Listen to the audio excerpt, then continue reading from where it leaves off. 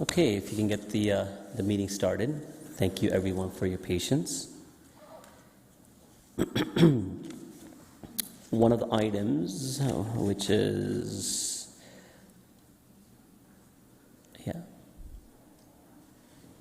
so your staff are just getting the online setup started, so they need just 30 seconds so that we can stream. Okay, we are streaming right now.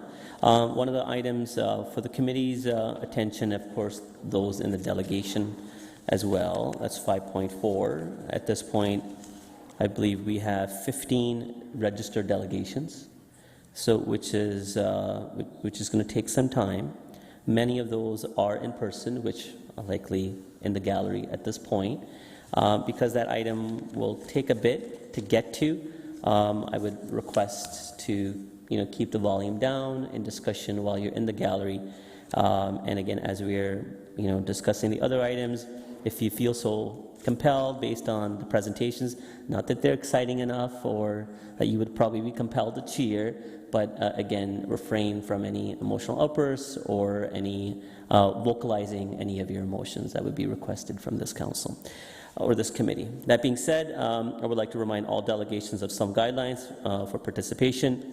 If you conduct yourself in any of the following manners, it will result in an immediate removal from the meeting. That's interrupting councillors, staff, or other delegations, derogatory statements about councillors, staff, or others, hate speech, or defamatory comments. One last reminder for delegations, please do not take offense. If following your presentation there are no questions from council, this is council's time to really listen and reflect upon the opinions and ideas shared with us from our community members. This is a formal public meeting. Consider applications under the Planning Act. If a person or public body does not make oral or written submissions to the City of Kitchener before the proposed applications are considered, the person or public body may not be entitled to appeal the decision to the Ontario Land Tribunal and may not be added as a party to a hearing of an appeal before the Ontario Land Tribunal. With that, we will get started with 5.1, which is the official plan amendment application. And that's zoning bylaw amendment application for 50 Thaler Avenue and 300 Kinsey Avenue. With that, it's Adam, I think, Zafrelli. Whenever you're ready, Adam, please present. Thank you, Chair. Thank you, Chair. Good evening, Chair, Mayor, and members of Council. My name is Adam Zufferly, a student planner with the City of Kitchener. Tonight, I'll be presenting the proposed amendments to the City's official plan and zoning bylaw for 50 Thaler Avenue and 300 Kinsey Avenue. The subject lands are municipally addressed as 50 Thaler Avenue and 300 Kinsey Avenue. The subject lands are located in the Centerville-Chicopee neighborhood and are bounded by Thaler Avenue to the west, Burgetts and Kinsey Avenues to the south, River Road to the east, and the rear lot line of some residential lots to the north. The surrounding neighborhood contains a variety of low-rise residential dwelling types on lots of various sizes. The lands at 50 Thaler Avenue are currently vacant. These lands were formerly home to St. Patrick's Catholic Elementary School, which was demolished in 2016. The lands at 300 Kinsey Avenue are currently used as Kinsey Park, a small city park with a playground. The subject lands are split between two components in the city's urban structure. The lands known municipally as 300 Kinsey Avenue are shown as green areas on Map 2 urban structure in the City of Kitchener official plan. The lands municipally known as 50 Thaler Avenue are shown as community areas on Map 2 urban structure in the City of Kitchener official plan. The land use designation, as shown in the picture above, for the subject lands is split between the two parcels. The lands known municipally as 300 Kinsey Avenue are designated as open space on Map 3 land use in the City of Kitchener official plan. The lands known municipally as 50 Thaler Avenue are designated as institutional on Map 3 land use in the City of Kitchener official plan. The existing zoning for the subject lands is split between the two parcels. The lands known municipally as 300 Kinsey Avenue are zoned as Open Space Greenway Zone OSR 2 in Zoning Bylaw 2019-051. The primary purpose of the OSR 2 zone is for green space and buffers as part of a comprehensive and connected open space system. This zone also permits a range of open space uses, including parks for both active and passive recreation. The lands known municipally as 50 Thaler Avenue are zoned Neighborhood Institutional INS 1 in Zoning Bylaw 2019-051. The INS 1 zone permits institutional uses up to a maximum gross floor area and does not permit large institutional uses. The City of Kitchener and the Waterloo Catholic District School Board are proposing to change the official plan urban structure identification and the official plan land use designation for the land shown as Area 1 from green areas and open space to community areas and institutional, and for the land shown as Area 2 from community areas and institutional to green areas and open space in the City of Kitchener official plan. The applicant is also proposing to change the zoning for the lands as shown as Area 1 from Open Space Greenway Zone, OSR 2, to Neighborhood Institutional Zone, INS 1, and to change the zoning for the land shown as Area 2 from the Neighborhood Institutional Zone, INS 1, to the Recreation Zone, OSR 1, in Zoning Bylaw 2019-051. The proposed amendments support the land exchange between the City of Kitchener and the Waterloo Catholic District School Board, which will convey the entirety of city-owned property at 300 Kinsey Avenue to the Waterloo Catholic District School Board in exchange for a portion of the Waterloo Catholic District School Board-owned property at 50 Thaler Avenue to allow for the relocation of the city-owned park from Kinsey Avenue to lands along Thaler Avenue, and to allow for a future elementary school fronting River Road East, Burgetts Avenue, and Kinsey Avenue. Staff are recommending that the applications be approved.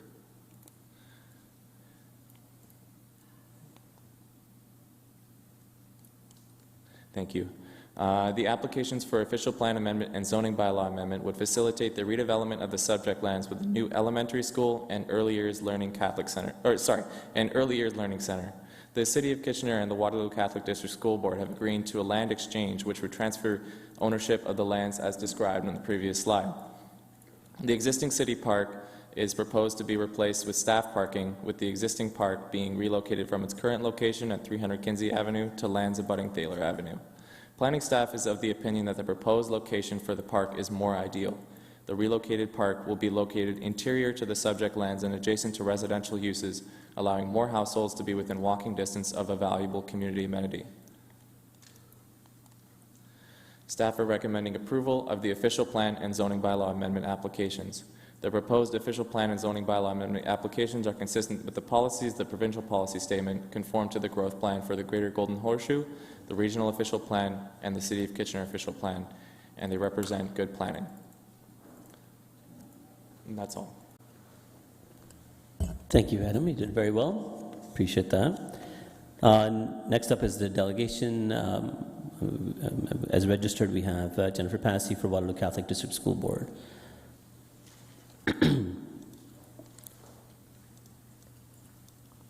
No. Jennifer, it says here that you're in attendance to answer questions from the committee, but no presentation. So it's just easier for you to be before us, and I'll just raise that to the committee and see if they have any questions on the onset. After the, well, there's no other delegations essentially, so this is it.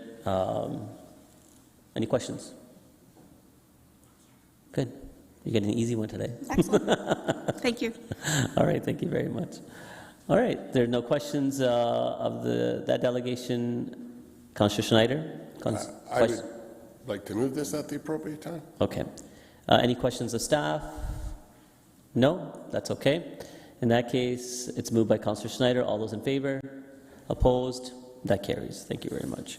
Next item is a zoning bylaw amendment for 117 Bloomingdale Road North, Marion Homes. And Mr. Bateman, I believe you're presenting first.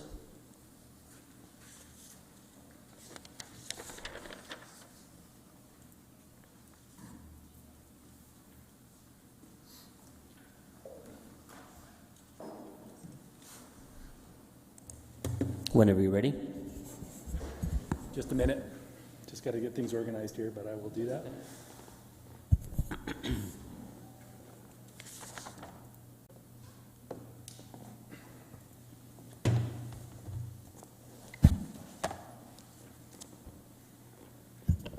Mic is on. Okay, great. Good evening, Chair, committee members, staff, and residents. My name is Brian Bateman. I'm a senior planner here at the City of Kitchener, and I'm very pleased to bring forward a planning report recommending approval of a zoning bylaw amendment for redevelopment of these lands with an infill project. Site context. The subject site, as you can see, is outlined in red on the aerial photograph. It's a former industrial equipment site. It has 67 meters of frontage onto Bloomingdale Road, which is a regional road, and 110 meters of depth. It's about 0.8 hectares in size. As you can see also that it backs onto the Grand River. It is surrounding land use is low-rise residential, and there's single, semi-detached, and multiples, and immediately to the east, right next door, is an existing industrial property. So this is a slide of the conceptual site plan. So the development proposal comprises 4 blocks of stacked townhomes. There's 40 units in total. There's 46 parking spaces. It represents 1 space per unit plus 15% visitor allocation, which is in accordance with our new zoning bylaw. It has 2 amenity spaces. It has a single point of access onto Bloomingdale Road, situated directly across from Stanley Avenue, so that's good transportation planning practices to line those access points up. And really, if you look at this plan, you'll notice that the intent of the design is to locate buildings away from the existing light industrial operation to the east. And along with that, you'll see a red line along the eastern property line. That is it's a noise wall. So they had to do a land use compatibility study, and that was one of the recommendations. And that's really just to ensure that both can coexist. So these are proposed renderings. These are contained in the urban design brief, and they will be helped to inform a future site plan application. The urban design brief has been attached to this application and is being recommended for endorsement and to be used for a future site plan application. Here's the proposed zoning bylaw. We are Bridgeport East is under 85-1 still, so we're bringing these lands into our new zoning bylaw, 2019-051. And really the request is to change the zoning. It's R3 in bylaw 85-1, to Res 5 in bylaw 2019-051, with a site-specific provision 383.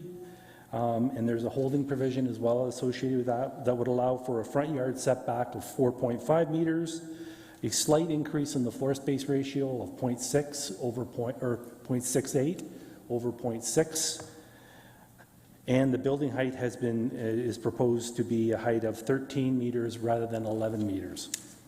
And the reason for this is because they're located on a regional road. OP policy, our city OP policy, allows for increased building height without an amendment to the official plan. That's up to 14 meters in height, again, only on a regional roadway. And our official plan policy also supports increases up to 0.75 FSR without an amendment to the official plan. So hence, we're just dealing with a zoning bylaw amendment here. Opportunity. Well, this will add missing middle housing form to Bridgeport East.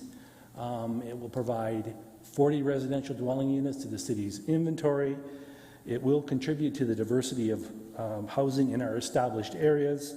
It is transit supportive through increased density, and the design is compatible and context is sensitive. And this will bring this property into the zoning bylaw 2019. So, highlights and conclusions. So we are recommending approval of this application.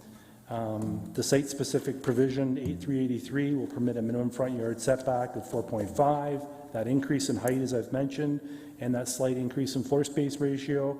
Holding provision 57H that I mentioned earlier provides for a detailed noise study to be done along with the record of site conditions. That release of the holding provision will be done through a separate amendment that has been delegated to staff. And overall, I think the zoning bylaw amendment application demonstrates good planning principles and is consistent with provincial, regional, and city policies. Thank you very much, and I would be pleased to answer any questions you may have. Thank you, Mr. Bateman. We'll hold questions of the staff until after the delegation. Kristen Bairstill.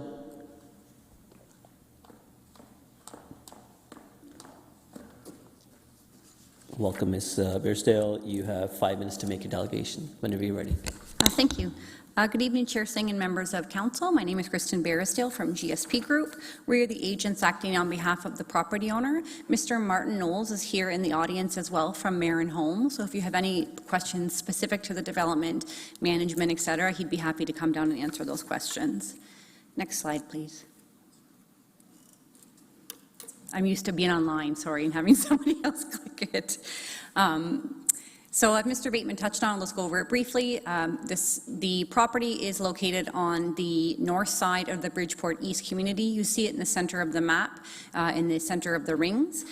This is a graphic that demonstrates the surrounding community context. As you can see, the large green area is the open space area, both passive recreational conservation area, as well as some of the parks that are distributed through the Bridgeport community. As Mr. Bateman touched on, this site is surrounded by low-rise residential uses. The property is currently occupied by an existing single one-story former employment use, as well as 3 small outbuildings and a house that was associated with that former use. As Mr. Bateman touched on, the site is also along existing Grand River Transit service along Bloomingdale that provides for indirect connections throughout the region. I won't spend too much time on this, as Mr. Bateman gave you a pretty thorough overview of the proposed development. As you see on the slide in front of you, it includes 4 future townhouse blocks, stacked townhouses. So there is a total of 16 units on the south end of the site, immediately adjacent to Bloomingdale Road. And then you'll see there's 3 pods of 4 units that are distributed through the site. As Mr. Bateman touched on, they've been designed and situated on the left-hand side of the screen to provide for appropriate separation and buffering between it and the adjacent industrial use. Mr. Bateman also touched on the fact that along the northern edge of the property line adjacent to Grand River, there was some additional work with regards to slope stability and setbacks to the environmental features that have been incorporated onto the site. You'll see too, they look like darker gray or green areas. Those are on-site amenity spaces that are proposed for future residents. And then all of the parking has been situated in the middle for the units themselves to kind of act as a buffer and have overlook onto that surface parking.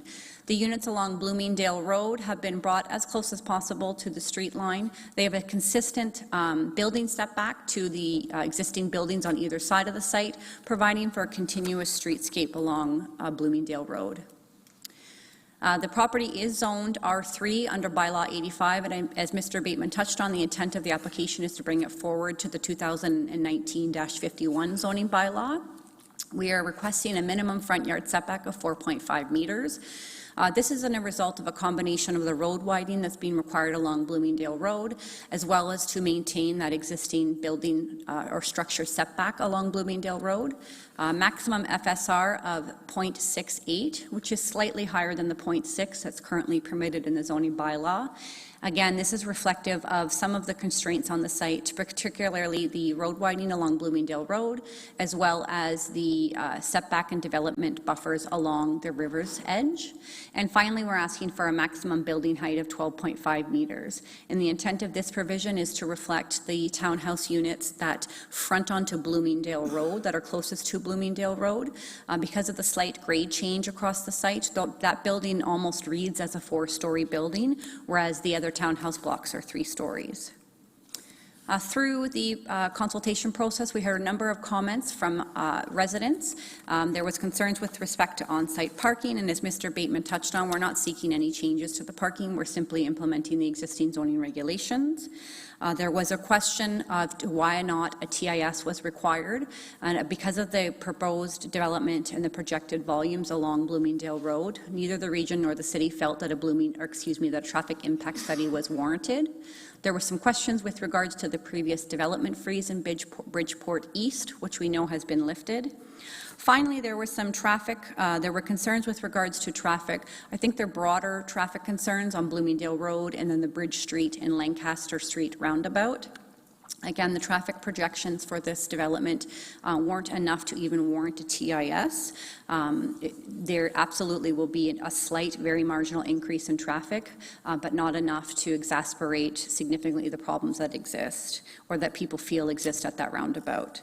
And finally, compatibility issues. I think that there were some questions and comments as to how the proposed development would interface along Bloomingdale Road.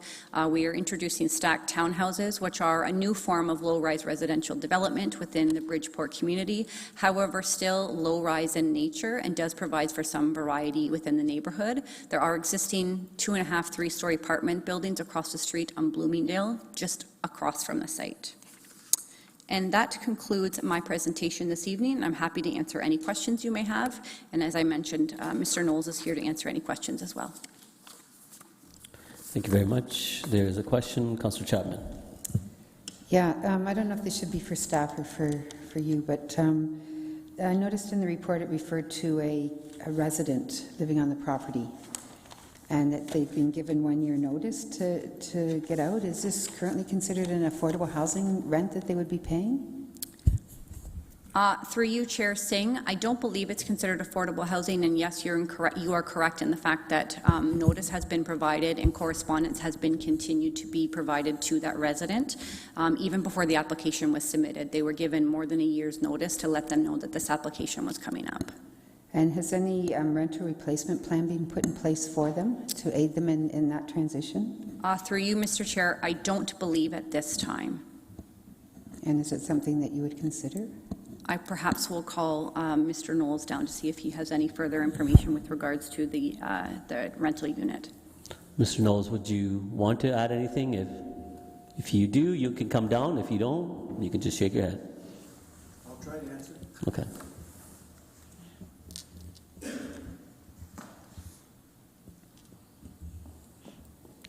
Councillor Chapman, if you want to just repeat the question just for clarity once more. Yeah, I was just wondering if there's a rental replacement plan in place to aid the transition for this resident on the property? There's nothing been offered to her yet, and she was quite pleased that I was able to give her an additional year and perhaps even longer. She's not requested anything. Right. So, I mean, if she needs assistance, I'm not against it necessarily. Okay. While I've got you here, maybe I'll ask my next question. Yeah. I was just wondering if the Indigenous communities have been consulted about the proposal, given that it's right on the Grand River. Of which, sorry? Well, given that the development proposal is right on the Grand River, yes. I was wondering if there was any consultation with the Indigenous communities. Through you, Mr. Chair, so we follow the protocols and requirements in place with regards to planning staff in terms of circulation. We have not proceeded or initiated any Indigenous consultation directly with Indigenous groups beyond the standard requirement for circulation and consultation as dictated by the city. Okay, those are my questions. Thank you. Councillor Deneau. Thank you, Chair Singh. Just to add, this would be for staff. We have a few. So we'll come back to staff afterwards if you have questions of the delegations. Okay. No, do you have questions of the delegation? Okay, all right. Thank you very much. Thank you. Okay. Thank you, Mr. Knowles, as well. Councillor Chapman, she had rung in before. Councillor Chapman, do you still have questions of staff, or? Yep. Unless they want to answer the questions I just asked to the developer, if you have more information on how this could or should be approached regarding the one resident and the rental replacement plan that they might or might not have, and also the Indigenous consultation. Through you, Chair, with respect to the rental replacement, I don't have any further information on what was outlined in the staff report and what Mr. Knowles said this evening. In terms of Indigenous consultation, so the City of Kitchener is in the process right now of establishing consultation procedures that we will undertake with our Indigenous communities on site specific development applications. We are still in the process of developing those relationships to determine the appropriate process. So as per standard practice now, there was no intentional or no Indigenous consultation, but that's something that we will be implementing for all applications going forward. Okay, thank you. So just clarity on that, we're implementing that process. Is this based on a past council direction, or is this just something that the staff are through the development review? Through you, Chair, it's work that we're undertaking corporately as part of all of our reconciliation work and planning that involves consultation with Indigenous communities on development applications. It's imperative and very important that we establish relationships to determine that we are engaging in an appropriate way that is welcomed, and we are in the process of doing that work. And once we have a final direction, we can provide an update to Council on what that consultation looks like. Okay. Councillor Deneau. Thank you, Chair. Ms. Bearsdale indicated that the belief is having this development here will not increase the traffic dramatically. And I'm just curious, when that's determined, are we taking into account the other proposed and agreed upon developments that will be occurring in that area within the next 5 to 10 years, or is this based on today's information? Just keep your mic on, please. Through the chair, well, it is a regional roadway, so Bloomingdale and Lancaster and Bridge are regional roadways. So I know the region is constantly monitoring those roadways. They have a transportation model that they're constantly updating. It's based on any existing traffic along with new development that's being proposed, and they are monitoring that. And they have advised us that there aren't any capacity issues at this point. It's busier, no doubt. I mean, I think we can all attest to the fact throughout the city we're seeing our traffic busier on our major roadways, particularly at peak hours. And Bridgeport is certainly no stranger to that as well. Okay. So hopefully that answers your question. Yep, thank you. Councillor Davey. Yes, thank you. I just actually to follow up on Jason's question. My biggest concern in this is it's generally good development. I'm supportive, but reading the report and the response to that same question, I'm not really sure if it's even a question for Mr. Bateman, but I'm seeing the traffic is, quote, it's quote, generally acceptable. There's queuing that's happening already. But when I read about the issue, they're saying, you know, it's too expensive. In the actual document, it says it's too expensive to fix the roundabout. It's too expensive to modify the bridge. And what it says in the report is, you know, the only alternative is to increase the modal share of non-auto trips. Now, that's something that we're looking at across the city. But is that, like, I'm wondering, is this a unique situation to this area because there's no other option in terms of alternate traffic routing? Through the chair, good questions, Mr. Davey. Well, certainly, as I've mentioned, the region is monitoring this situation, and as you've noted in my report, the one thing they are mentioning is that Highway 7, if it ever does get built, will help the traffic situation in Bridgeport. In the meantime, they are constantly monitoring it, and they've advised us that it's within capacity at the present time, and I guess I have to take their word for that, Councillor Davey. Okay, I appreciate that. I'm just wondering what the next step is for us to look into this, because I know there's a very large development that we approved pending a traffic study at the corner of Bridgeport and Lancaster. So meanwhile, we're approving other developments like this at the same time. It's, you know, a lot of drips in the same bucket. I'm wondering how, like, is there an opportunity for us at some point to ask the region for like an official review of the long-term strategy for traffic in this area? Because it's becoming, like, I know it's around rush hour, it's very, very busy. It's very difficult to get through there. And I'm very supportive of new housing, but we need to be able to make sure people can get around. Go ahead.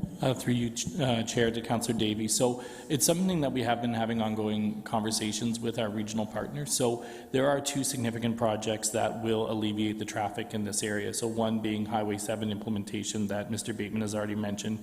And as part of that is the realignment of EB Crest with Fountain Street and reimagining that intersection and redeveloping it. That will help make a modal split It is important to note that council's already made investments through the reconstruction, and the region has made investments with bike share lanes as well as on-street bike lanes on Bloomingdale. So you're absolutely right. When we have a restriction like a roundabout that's been through an EA process where there is no physical alternative in a heritage bridge, we have to look at accommodating modal split, and we have started to make some of those investments, and we'll continue that, and we will take this back with our colleagues in transportation for other long-range impacts and reach out to the region. Okay, I appreciate that. No further questions, and I'm not going to comment either, Mr. Chair, but I will move us to the appropriate time, and I'm looking forward to having more discussion on traffic in the future. Thank you. Councillor Ioannidis. Yeah, thank you, Chair Singh. I just want to reiterate to some of the things that Councillor Davey had mentioned, because I literally drive this almost every day, this route, and I do notice the traffic, and it is during rush hour. It's rather burdensome. Is there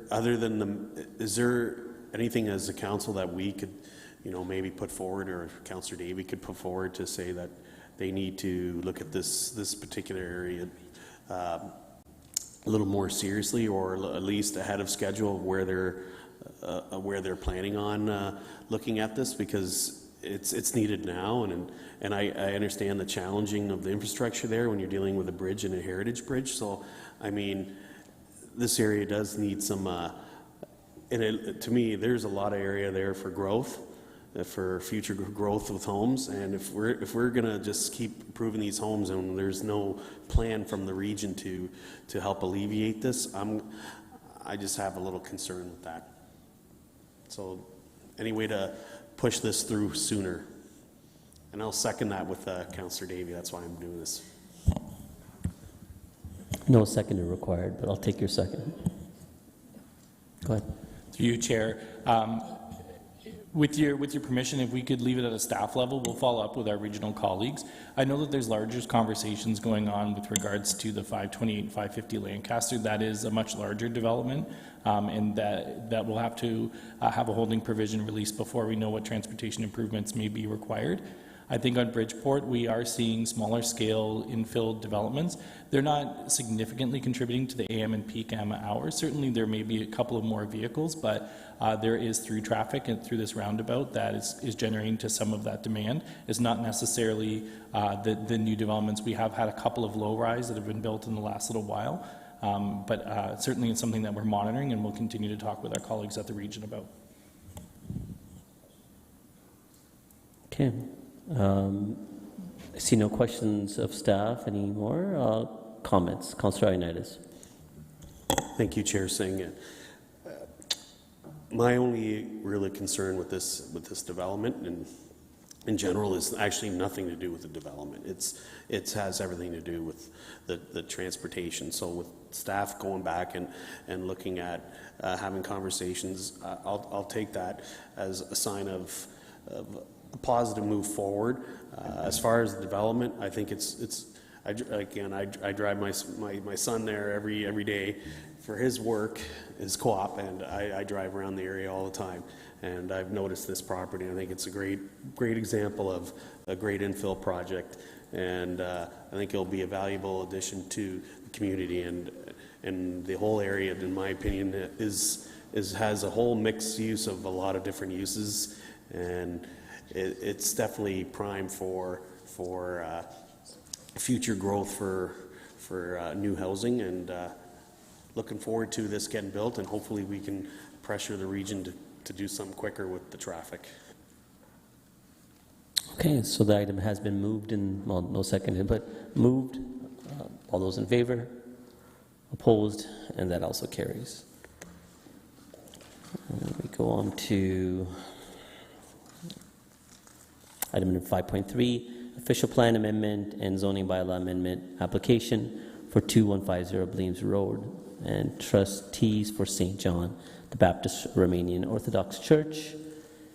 I guess we have first Mr. Bateman, you're up again to present whenever you're ready. Go ahead. Good evening, Chair, again, and committee members, staff, and residents. Again, my name is Brian Bateman. I'm a senior planner here at the City of Kitchener, and I'm and I'm very pleased to be bringing forward a planning report for committee's consideration that is recommending approval of an official plan amendment slash zoning bylaw amendment that would allow for a future small infill project. Site location. So if you look at the slide, the subject area is outlined in black.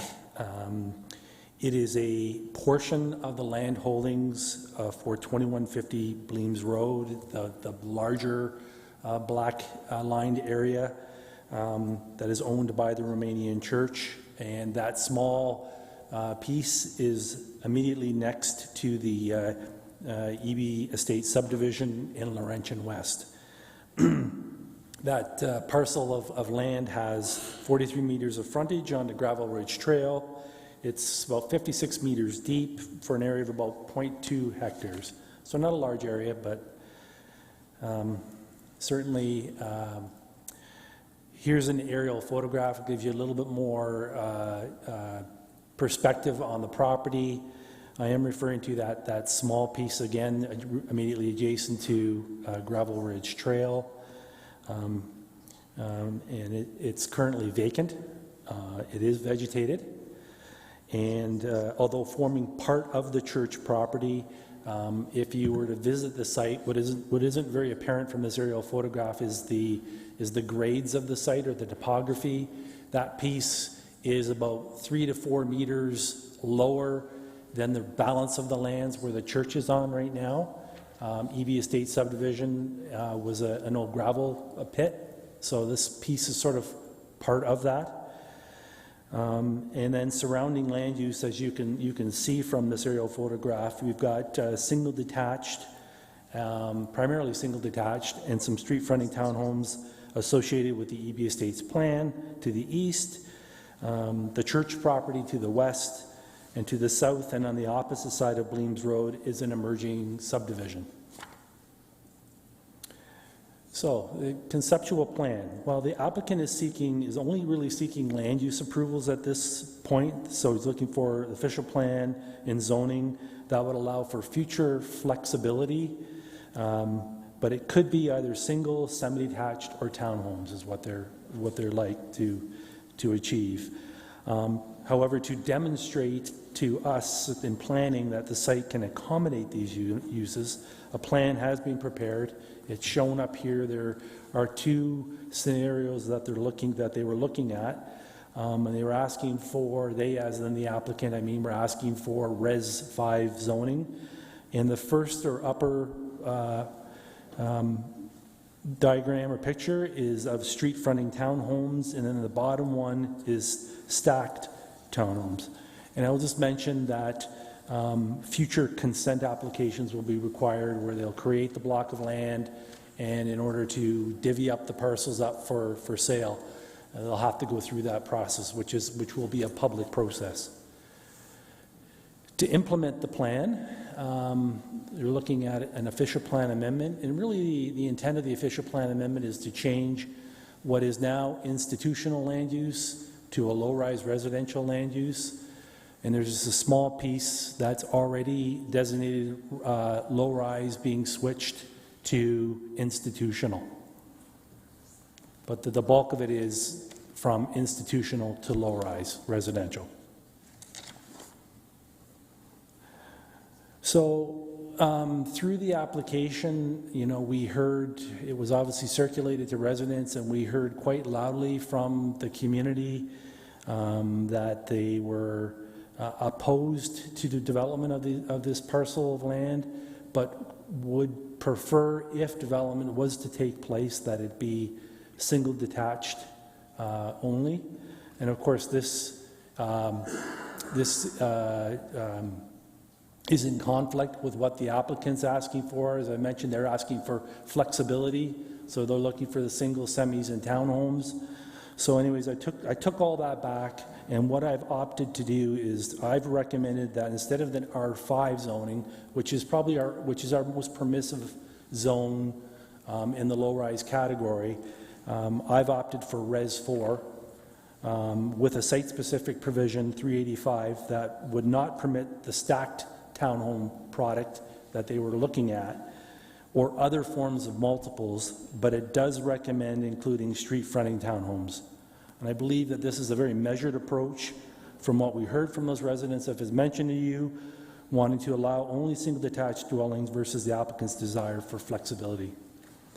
The Res 4 zone requires 6-meter frontages for street townhomes, as opposed to 5.5 for the Res 5. So it gives a little bit more space that I believe that's more characteristic of the neighborhood, and it also allows for additional space, I feel, between driveway locations. So it will hopefully not look as busy. So holding provision has been applied at the request of both staff and the region. From staff's perspective, we're asking for an urban design brief, and the region is asking for a record of site condition and noise study. And of course, it will have to be lifted before any development can proceed. And the lifting of the holding provision will be done through delegated approval authority, which I mentioned at the last application. I want to bring to committee's attention a last-minute request that has been made by the region to make a minor amendment to the zoning bylaw. The region is requesting that a spill prevention and response plan be added to the list of the holding provisions, and that staff will be bringing this change forward to the December 11th council meeting. Opportunity. Well, it will certainly it's a vacant, undeveloped portion of the land, and this development or future infill development will complete the Grand River Trail landscape. It's currently a gap in that, and it will provide additional housing to the city's inventory. Whoops.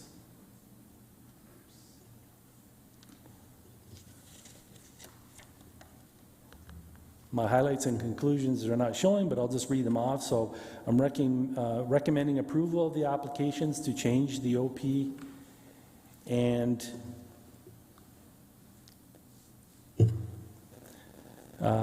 zoning bylaw from institutional to low-rise residential, and from INS 1 to Res 4, 385, 56H. And site-specific provision 385 would permit street-fronting townhomes and not any multiples. It would permit a maximum of 5 principal dwelling units and not including additional dwelling units. Holding provision 56 will have to be lifted before anything can occur, any development can occur on those lands. And then lastly, the proposed official plan and zoning bylaw amendment applications demonstrate good planning principles and are consistent with provincial, regional, and city planning policies. Thank you very much, and I'd be pleased to answer any questions you may have. Thank you. Councillor Chapman will be taking the delegations first and then questions of staff afterwards. For the delegations, we have Evan Whitman and Chris Pigeon for GSP Group. I believe, Evan, it'll be yourself. When you're ready, make your presentation, 5 minutes. Thank you. Great, thank you.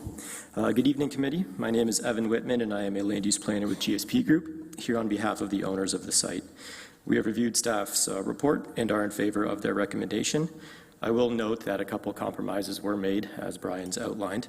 Our original application, we were seeking to get permissions for up to 8 stacked townhouses or 6 street townhouse dwellings, in addition to the semi-detached and single-detached dwellings.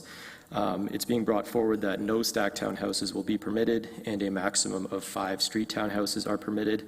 While a compromise, we are still in favor of this recommendation. And we are also noting that an urban design brief will be required before construction will begin, which will assess compatibility with the existing neighborhood, which is also addressing concerns we heard from the residents in the neighborhood. And I also reiterate that no development is proposed at this time. We're just seeking the land use permissions for presumably a future purchaser through a consent process to purchase the land and then do the development at that time, which could be in the form of singles, semis, or the 5 street townhouses. That's all. Thank you for your time. I'd be happy to answer any questions. Yes, there's a few. Councillor Chapman. Yeah, thank you for coming in. I just had a question about the number of units that will be lost by doing townhouses versus stacked townhouses. Stacked, the most we could have done is 8 units, and the implementing zoning bylaw does not permit any stacked. We're up to a maximum of 5 street townhouses, so overall a difference of 3. Okay, and what are the size of these units? To be determined. There's no All right. specific plan in place yet. Okay, thank you. Councillor O'Dooney. Thank you very much, Chair. I want to say thank you as well for coming to the neighborhood meetings and listening to all the residents and the concerns that they shared that day, and even looking to compromise on some of the plans that are in place. I do know one thing that did come up at the meeting was focused on noise whenever construction does begin. What is the plan around the noise, the dust, and all of those types of things with people's backyards right close to where the construction site is going to be? I don't know how far ahead this is, but I just wanted to get your thoughts on that. Yeah, for sure. And unfortunately, I don't know how far ahead it is either, with the site going to be up for sale at some point in the future. I will note there is a noise study that will be required as part of the development. Evan, could you try to speak closer to the mic, please? Yes, some of us sorry. can't hear. Thank you. Apologies. There will be a noise study required as a holding provision, but that is going to look more at the noise surrounding and making sure residential uses are appropriate on the site. In terms of construction, typically that's something dealt with closer to the development, where construction management plan would be prepared with the city. Thank you very much. Just have a couple. So, Evan, initially the proponent had wanted to go with a Res 5 zoning, and now with the staff recommendation at Res 4. Now, there's not a substantive difference between the 5 and the 4, especially where, 8 and 5, sorry. 8 would have been stacked, 5 is going to be street fronting towns, but the street fronting towns could be larger units. Is there not much issue with that change by the proponent, or you guys are in agreement overall? Of course, we would have liked to have had 8 stacked townhouses, but overall, in terms of getting the residential permissions in place, that's the ultimate goal for the site. Correct that the Res 4 to 5, there aren't huge changes, but there are those changes like frontages being larger that will impact the design, the future design of the buildings, and may make them a little bit more indicative or compatible with the existing character of the subdivision there. Yeah, I have a question about staff, about the consistency of the character. I mean, across the street, they're stacked towns, but that's another question altogether. About the townhome, street fronting towns, can they be duplexed, or is there any intention for you to duplex them, for some of them? No intentions right now, as again, the current owner won't be the ultimate developer, so those decisions will lie with the future purchaser. In terms of if they can be duplexed, I believe, and staff can correct me if I'm wrong, but I believe additional dwelling units are permitted as of right nowadays, so there could potentially be that in the future, but again, unfortunately, we don't know what the plans for that future purchaser and developer will be. More of a comment, I would hope that the future builder does look at that. We need housing in our urban area as well as in our urban core, so we need both, so thank you. Oh, do you have another one? Okay, Councillor Chapman. Yeah, no, sorry, I should have asked this earlier, but it didn't come to mind. So you're not developing the land. You're basically getting the zoning change so you can flip it and move on. Is that what I'm hearing? Presumably. The church is the owner right now, and they do have limited funds available to them to go through the construction process for this. So there may be fundraising campaigns and seeing, or maybe partnerships in the future, but potentially the most likely is coming through with that severance or consent application, at that time conveying it to a future builder is the most likely outcome, I would say. Okay, thank you. I don't think the church probably has any intention of moving on anywhere else. They're just severing a part of their land as a development while they're still staying there as a neighbor. Yeah. Councillor Deneau. Thank you, Chair. And I can't find any specs on this particular piece of land. So the parcel of land that we're discussing here, is that in front of the church? in the back of the church or on the sides of the church? It's sort of to the side. So if Bleems Road is the south, it's a rectangular parcel that has a little notch jutting out to the east of it. So it's sort of at the side of the existing church. Okay, and you said the church owns this land? Yeah. Okay. Okay. Okay, that's everyone. Thank you. Great, thank you. Now I'll open up questions of staff. Councillor Orduni. Thank you very much. I want to thank staff for the conversations that they had with residents in that area. It was a very cold day, and we were all shivering while doing the best that we could. And Mr. Stevenson and I, with our bald heads, it's always tough to be in those types of situations, Councillor Singh. I wanted to first get your thoughts around, number one, we don't know who the future purchaser or developer is going to be. So if a developer does come in and does purchase this land, is there a possibility that they could make an amendment from Res 4 and try to go for something else? And will the residents in that area be consulted through that process and be informed? Or is this just the last point of contact with them?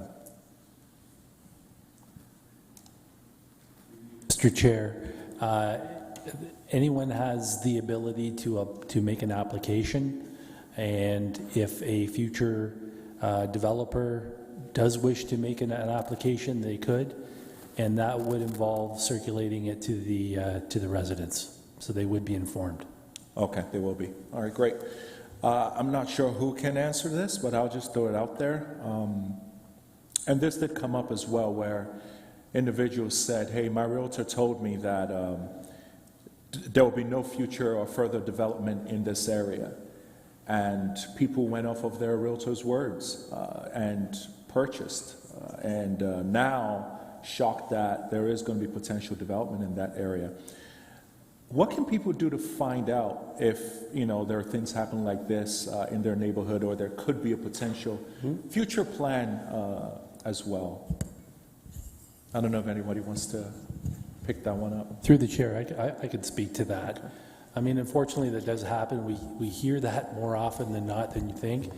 Our suggestion would be to do your due diligence as a property owner, contact the planning department. We will inform the residents of what the official plan is in the zoning, and whether or not there's potential for development on those lands. Now, these are zoned and designated institutional. There are development permissions associated with that. Perhaps even like a small residential care facility under its current zoning could occur there, and that'd be development of these lands, right? So, yeah, I mean, I think the intent was that these lands could be developed. Mm-hmm. Mm-hmm. Thank you. I just thought it was important to bring that up. Don't just go based on your realtor's words. You need to do your own due diligence as well. Thank you very much. Well, that and across the street on Bleems, there's ongoing development. So,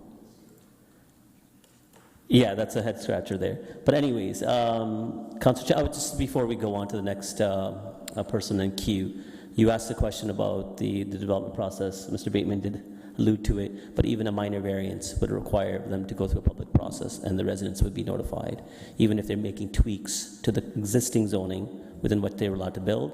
If they're wanting some relief, minor variances, that would be circulated to the public. Yeah. Councillor Chapman. Yeah, thank you. I'm just curious. We get applications all the time here, and we hear feedback from residents. And this is the first time and I commend you for it, actually. The first time I recall there being changes of this sort made to an application to accommodate the concerns that residents have. And the primary concern in this case is that it's not compatible with the neighborhood. And we hear this all the time. I'm sure we'll hear it tonight with other developments that are being proposed. So how do you weigh what that public input and feedback when it comes to compatibility? Like, I'm surprised the Yimbys aren't here to tell us, well, no, we need those units, and compatibility is a non-issue. So, as a city councillor, I want to know from you, how do I weigh that? And how do you weigh it so that I can better understand where to go with these things? Through you, Mr. Chair, and I'll take that compliment. That was very nice. It's a challenge, right? I think a lot of it depends on the scale of the project. Certainly, we have to look at what the official plan is, and that establishes the future direction for those lands. And we weigh policy. What's the direction against? Is the site serviceable and functional?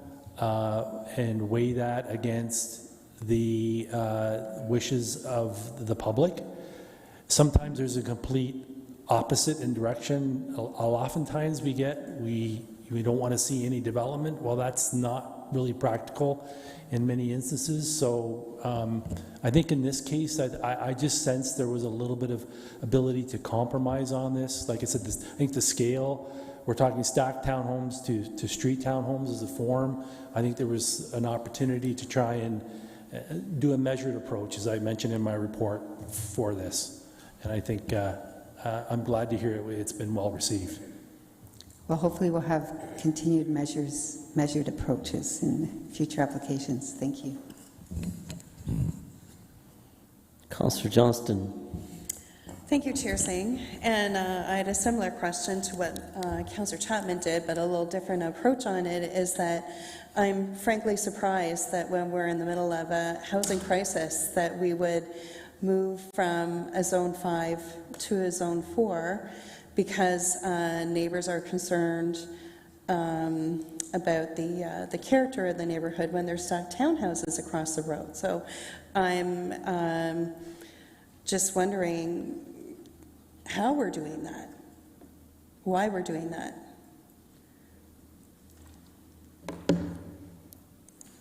It's another great question. I think it presented itself an opportunity to weigh the pros and cons of the development and the location that it's at. I mean, it is primarily a low-rise residential neighborhood.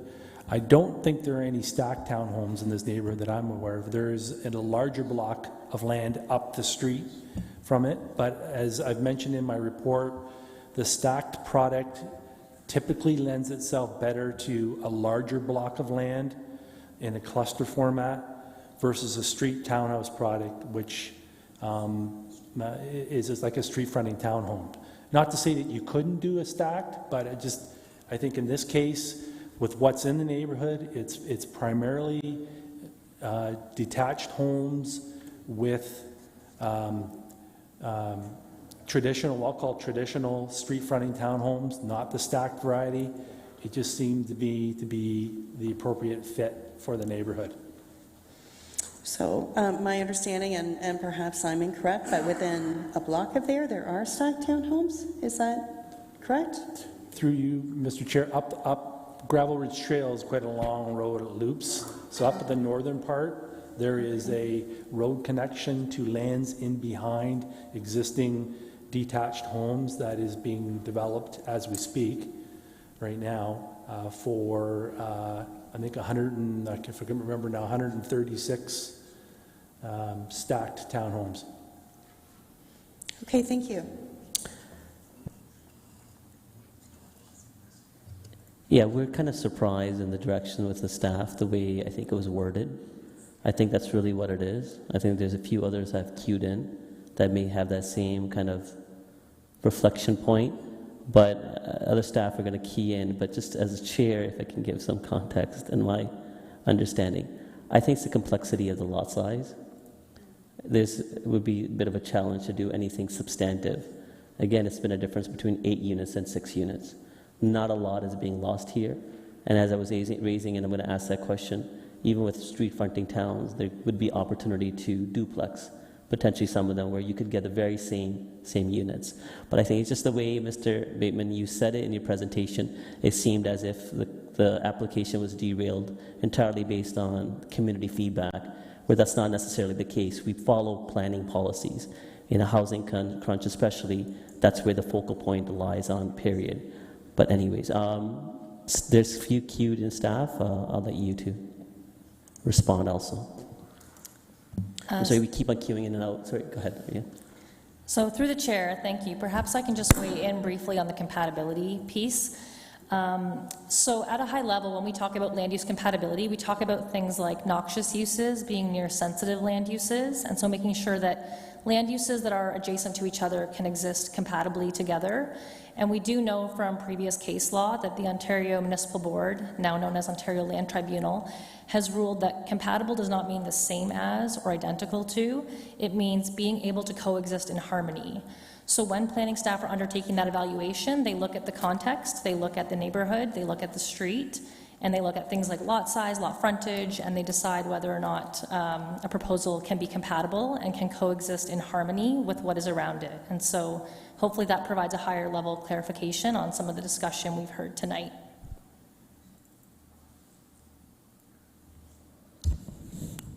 Councillor Donnell. Call me anything you want. Yes. Thanks, Mr. Councillor. Thank you for that answer. Sorry, that answer, because that answers the question I was going to ask. And I know I had the conversation with somebody on staff a few weeks ago about real estate values. While separate, I believe it is kind of in the same ballpark. When planning or when looking at applications for developments, the planning staff doesn't look at the loss of real estate value. Is that what that's correct, right? That's one of the factors we don't take in. So it'd be kind of like compatibility. We don't take that into factor of like, well, they all have to have the same roof or kind of the same lines. Like there are certain things you don't look at, right? So through the chair, yes, I can confirm that we know that the organization known as MPAC, or the Municipal Property Assessment Corporation, they look at over 200 factors when they decide on the value of a property. And so property values do not constitute one of the planning considerations under the Planning Act that go into planning staff making a recommendation. Okay, thank you. Okay, can I request staff to put back, everyone else has asked questions, it's my turn now, for the presentation where you show the map, the neighborhood map?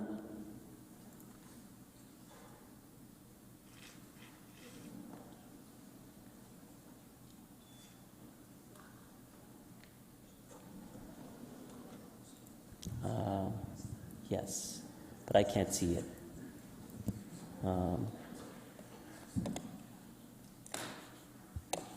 Do I just do exit here? Oh. And then when I want to go back, just here? No. Okay, all right, perfect, okay. The 7, thank you. Okay, so when we're talking about compatibility, so staff are recommending, and at this point, really, the applicant seems to be in support of the staff recommendation, although they wanted a higher zoning. It came down to staff's direction to recommend this as a Res 4 as opposed to Res 5. And from Mr. Baton, your presentation, I think the way you presented it was really weighed upon the feedback of the community and the character of the neighborhood. Those two questions aside, I have questions about the character of neighborhood and how we have looked at other applications as well. But more so here, you have Res 5 on Eliza, which is just around the corner. This is a built form. This is exactly the same zoning as what was initially requested here. Where would the conformity or staff neighborhood character come into play when not adjacent, but kitty corner around it is exact zoning requested?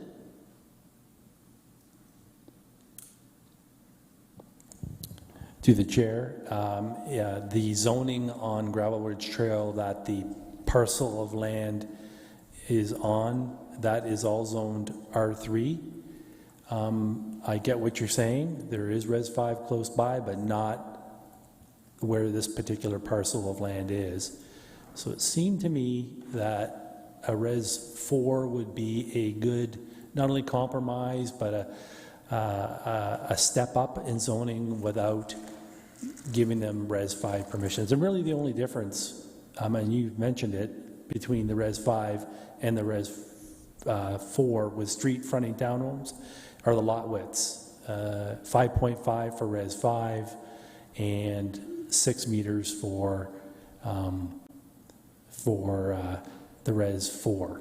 So it just, the Res 4 to me seems to be more of a zoning for the established neighborhoods, which this is part of. And it just, in my mind, seemed to be the appropriate zone for it. Okay, just carrying on with that, I see other staff keyed in, just as a clarification, and then staff can further add to that afterwards. With a Res 4 zoning, you're only allowed up to 4 townhomes. Is this a special provision where they would be allowed to 6 instead of the 4? To you, Mr. Chair, correct. So the maximum 5 units is recognized. Oh, 5, sorry. Yeah, it's 5. That it's more than 4 that the Res 4 would allow. And that was really based on 6-meter frontages, and what they're proposing would fit about 5 townhouse units. So that's what they would be able to build right at this point, 5. Correct. Whereas Res 4 only allows you to build a maximum of 4 street fronting towns, but we are allowing them 5 here, which is almost in between the Res 5 and the Res 4 essentially. Correct. Okay, and because the lot sizes will be bigger under the Res 4 requirement, would they be allowed to duplex the end units potentially? I believe they could, through you, Mr. Chair, they could duplex. Actually, they could add a 3rd unit to any one of those units. So is it interior lots as well, or it's just exterior lots? It's all of them. So they could get a lot more than possibly the 8 units that they would have gotten had it been a Res 5. Correct. Okay, thank you. Other staff had keyed in, so I'll give the opportunity. Yes, thank you, Councillor Singh. So when I had the opportunity to attend on site, and when we talked about character in the existing neighborhood in the built form, there was good comments raised about parking and garbage collection and other things that normally we would regulate through a site plan approval process. So if this were approved with the same amount of units as a stacked building, first of all, that form particularly performed better with a private road or fronting onto a street with a rear yard access. So the townhouses on around the corner have rear lotting, or they have a rear access, and that's where the garbage collection and parking performs well, and you get a really good street frontage, and the stacked works there. The other location in this neighborhood at 118 Gravel Ridge Trail is a large multiple block. There's centralized parking, garbage collection, landscape, and amenity that performs well. In this case, the recommendation would allow for street fronting townhouses, which would be subject to driveway regulations, and each one could be in private ownership. Each unit could then either duplex or triplex their unit and establish parking and be street fronting in accordance with the regulations that council approved through our additional dwelling units. So while the stacked townhouses are not permitted as of right, each unit could be triplexed, and then it would have to comply and function on its own through street fronting. So we see this as an opportunity of potentially having the same amount of units without having to go through a site plan process, and also having units that would have potential rental income for the primary owner should they choose to rent a portion of the building. Thank you. And I think with that extra context, with these extra questions, gives a better understanding of the direction the staff sought, as opposed to just directionally one, because neighborhood didn't want it, that's why we're going it. We're essentially trying to prove a better built form here. Thank you. A few have keyed back in. Hopefully it wasn't because of me. Councillor Michaud. Thank you. I'm concerned there's a precedent setting here. I mean, we've gone through a lot of different planning processes, and never do I hear, and I've heard from residents who this isn't conducive to our neighborhood, and it seems to me that times for myself and for some residents that want to hear these meetings, that it's falling on deaf ears. And now we are changing this for the characteristics of the existing neighborhood, where I don't really hear that very often. Like, I really am concerned of how this is precedent setting. And if this is the direction that staff is going to go, then I expect different changes when we have public meetings in my ward and there's new developments going on. Staff haven't keyed in, but I'll try to, again, add the context through my questions, which I did ask. It was because of the complexity of the law. because, again, the way the lot could be serviced on its own, that what was being requested would not have worked as well in this neighborhood, whereas the street fronting towns, which could end up having more units than what the Res 5 request would have been, which may not have functioned as well. That's why staff went with that direction. I think just the way it was presented and the way it was said, I think that's where it's perhaps giving us some kind of confusion, but I think staff have answered that. But I will, no, they don't want to keep back and answer anything further. So I will leave it at that. Councillor Johnston. Thank you, Chair Singh, and I echo Councillor Michaud's comments in that I think we have to be very careful about how we talk about this now, because if people think that they can, talk about the character of a neighborhood whenever there's changes going on, which people do all the time, and if we're going to say no to one and we say yes to another, that becomes, in many people's minds, precedent setting, and that's a challenge. As I said previously, we're dealing with a housing crisis here, and I think that our language and how we talk about things has to be done very carefully and not Questioning of staff. Oh, I was on. I thought No, we we're were not. doing No, we're not comments commenting. now. Still questions of staff. Oh. Yeah. My apologies then. But before you go out, Councillor Deneau, do you have question of staff or comment? Yeah, question of staff still. We're doing. Sorry, what did I say? To know. Oh, I'm so sorry. You're both new. Councillor O'Dooney. Comments? Okay, in that case, carry on. Go ahead. Because there's no one else. Okay, thank you, and my apologies. I think I'm pretty much done. I'm just concerned about precedent setting as we move forward. Thank you. My apologies. I shouldn't have cut you off. I just wanted to, because there were still some questions. But that's okay. Councillor O'Dooney, you keyed out. I will get clarity from staff. I think that will be helpful for this committee, especially with some of the concerns being raised. When we're looking at parameters of, the rationale of how staff make a recommendation on a planning application, what is a greater function, a greater weight? Is it the site functionality and the built form on that particular site? Or is it, again, the resident feedback and then neighborhood conformity as well? Mr. Stevenson, go ahead. Thank you, Chair. Again, I was able to witness some of the conversation. So, when I understood the comments about character, I don't think anyone was saying it should have to be absolutely the same. And we pointed to townhouses down the street, and I think people understood that. The concern was that if it is a stacked townhouse product and the entire front lawn was paved, that there would be a loss of vegetation and there would be no opportunity to replant trees. When we talked about having more units, I'm not sure that anyone was concerned about traffic or understood that this would be density that would negatively impact. We talked about site functionality and about how a clustered townhouse would often work, a stacked clustered townhouse where there are shared amenities, shared landscape, shared garbage collection. You really need a larger parcel in order to accommodate that, so that those things all happen either off-site or in behind. So council will recall we did a missing middle study, and we started to look at some of those typologies, and they work well on larger lots. But in a case, in this case, where we have a shallow lot that's street fronting and it's wider than it is deep, a street fronting townhouse product that can be duplex or triplex functions better in terms of having a streetscape that is typically found throughout the community. If each one of these townhouse units did duplex or triplex, we would achieve the same amount of units. That's not being prevented here. It's just the form is a similar rhythm that you can find along the streetscape, but it could definitely be a different housing type. Thank you, Mr. Stevenson. Councillor Ioannidis.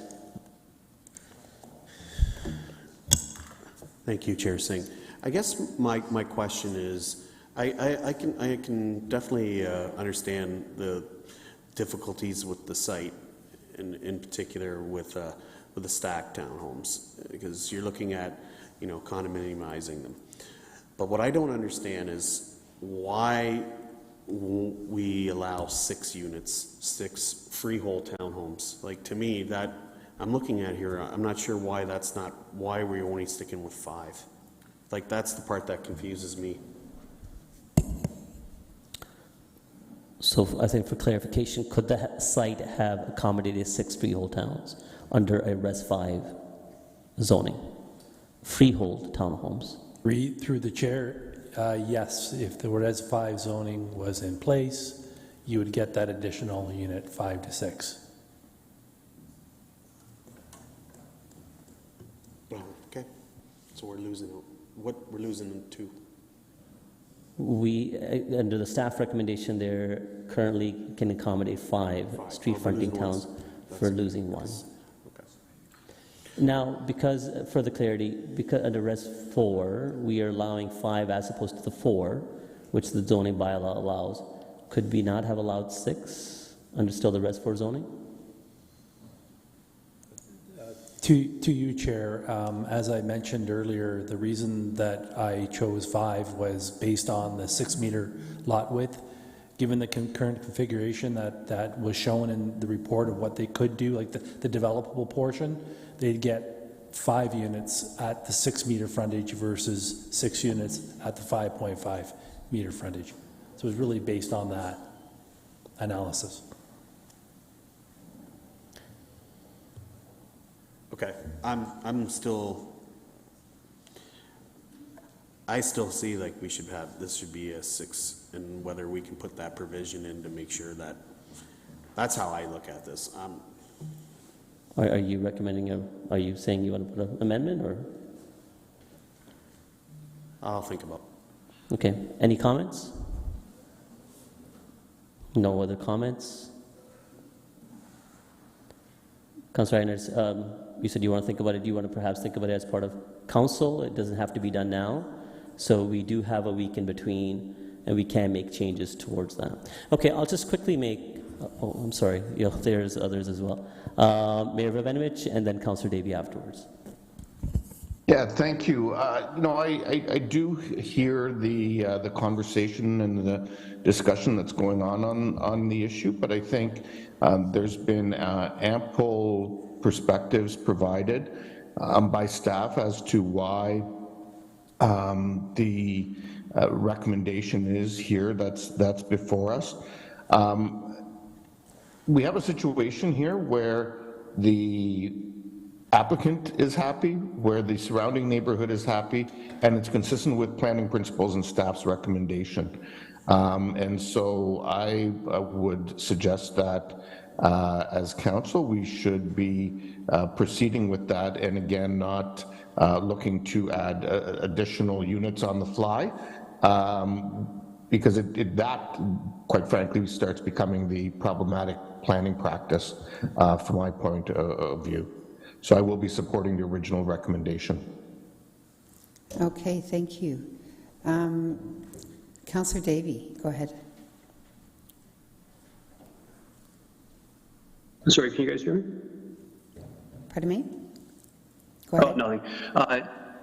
Sorry, yeah, I was just going to say I'm not sure if the applicant actually would prefer 6, because no one actually asked him that question. So I'm not sure if maybe a deferral in this situation does make sense. I would support a deferral for further discussion with the applicant as an alternative, but I just thought that like maybe we can get some clarity from the applicant that might help make the decision today. So you're proposing a deferral as? Not necessarily. I guess if it's possible for the applicant to come down and state whether they're interested in having 6 instead of 5, then we could defer it. Short of, I agree with Mayor Rabinovich, we shouldn't necessarily try and add an additional unit today without extra context or conversation. If we could get the 6th unit, that'd definitely be preferred. Adds extra flexibility, so we'd be supportive of that for sure. Okay, in that case, then I would move deferral to meeting of council. Okay. We don't need a seconder. Councillor Orduni, Councillor Davey is putting forward a deferral to council.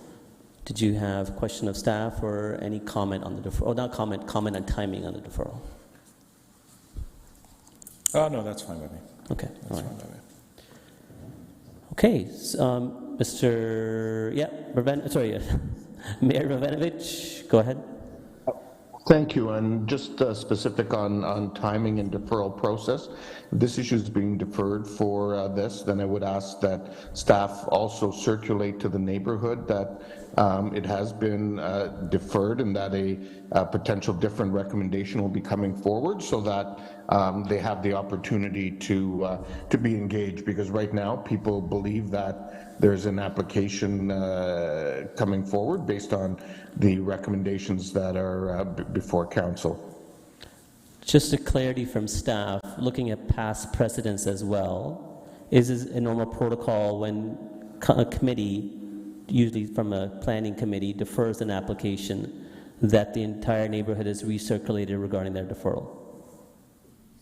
Sorry, point of clarification, I'm not asking that the entire neighborhood be recirculated, Mr. Chair. I'm asking that those who have been engaged in the process and have communicated with us by email, be given the opportunity to be aware of what's happening. Okay, not the 120-meter circulation area.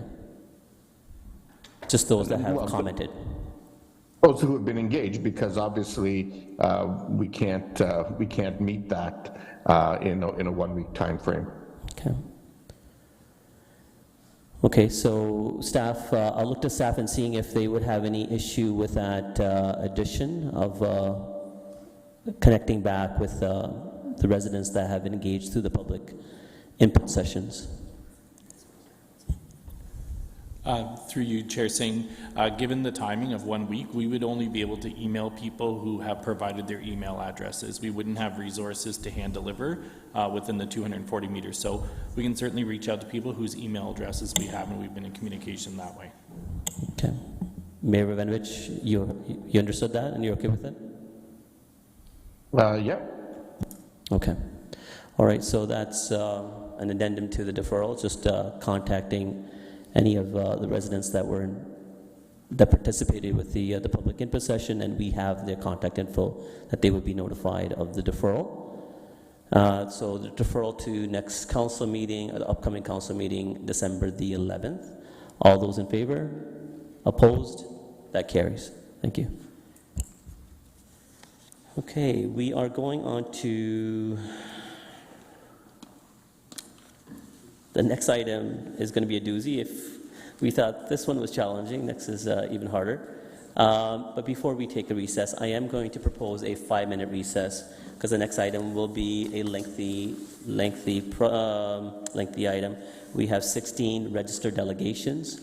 I'll look to the committee. It is my recommendation as the chair that as we have 16 registered delegations, and that can take a very long time, and we want to make sure that all the voices do get included rather than discouraging, where we prolong the meeting to a point where people end up leaving, that we ask questions of clarifications only rather than going into further questions outside of what their delegation has been.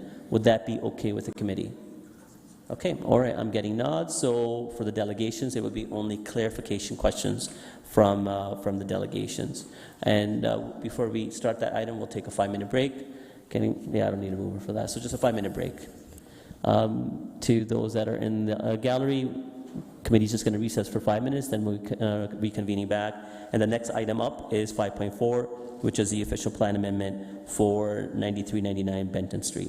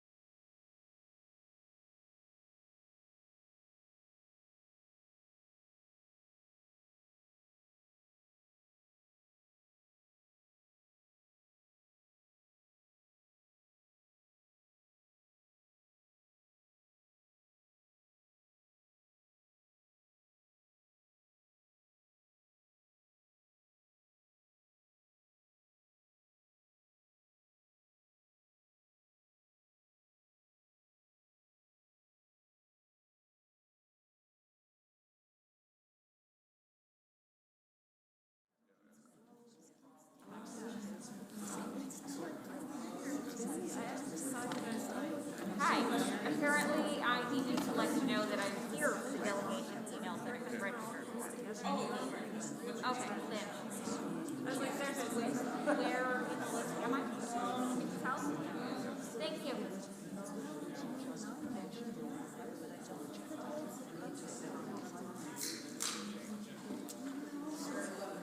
Thank you.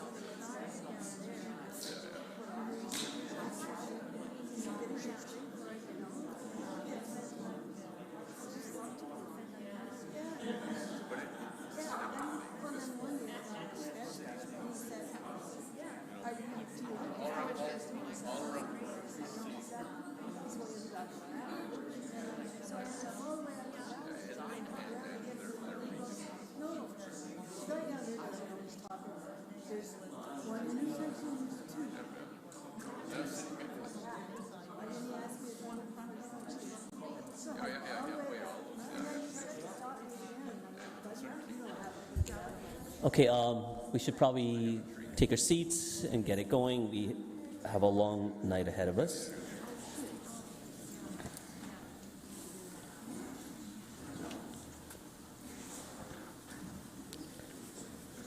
Okay, this item is for 5.4, once more, zoning bylaw amendment application for 9399 Benton Street and 3943 St. George Street.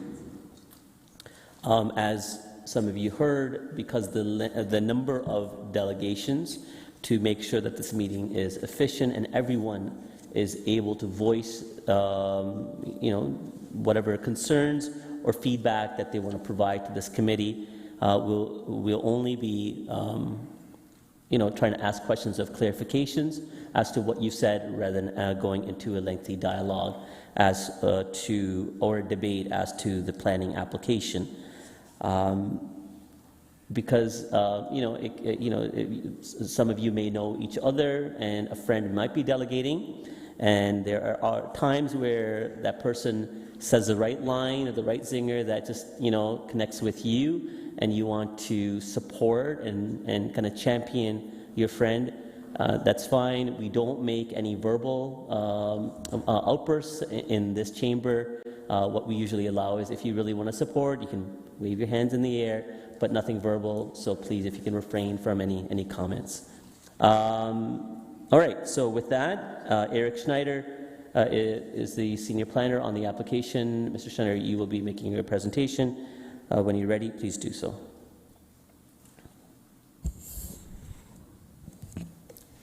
Good evening, Chair and members of Council. My name is Eric Schneider, and I'm a senior planner at the City. I'm here tonight to make a recommendation for approval of an official plan amendment and zoning bylaw amendment to facilitate a mixed-use development with 96 dwelling units. As we move to the next slide, I will first discuss the site context of the neighborhood. The site is municipally addressed as 93 to 99 Benton Street and 39 to 43 St. George Street, and is located on the corner of Regional Road, Benton Street, and Local Road, St. George Street. The site is within a major transit station area, being a 300-meter walk to the Queen Street Ion Station. Victoria Park is nearby within a 400-meter walking distance. The surrounding neighborhood includes a mix of low, medium, and high-rise residential buildings. The site is currently developed with a townhouse building facing Benton Street with 7 dwelling units, and a low-rise apartment building with 6 dwelling units facing St. George Street for a total of 13 units. On the next slide, I will discuss the proposed concept. The site is proposed to be redeveloped with a mixed-use building containing 1 ground floor commercial unit and a tower of 13 stories in height and containing 96 dwelling units.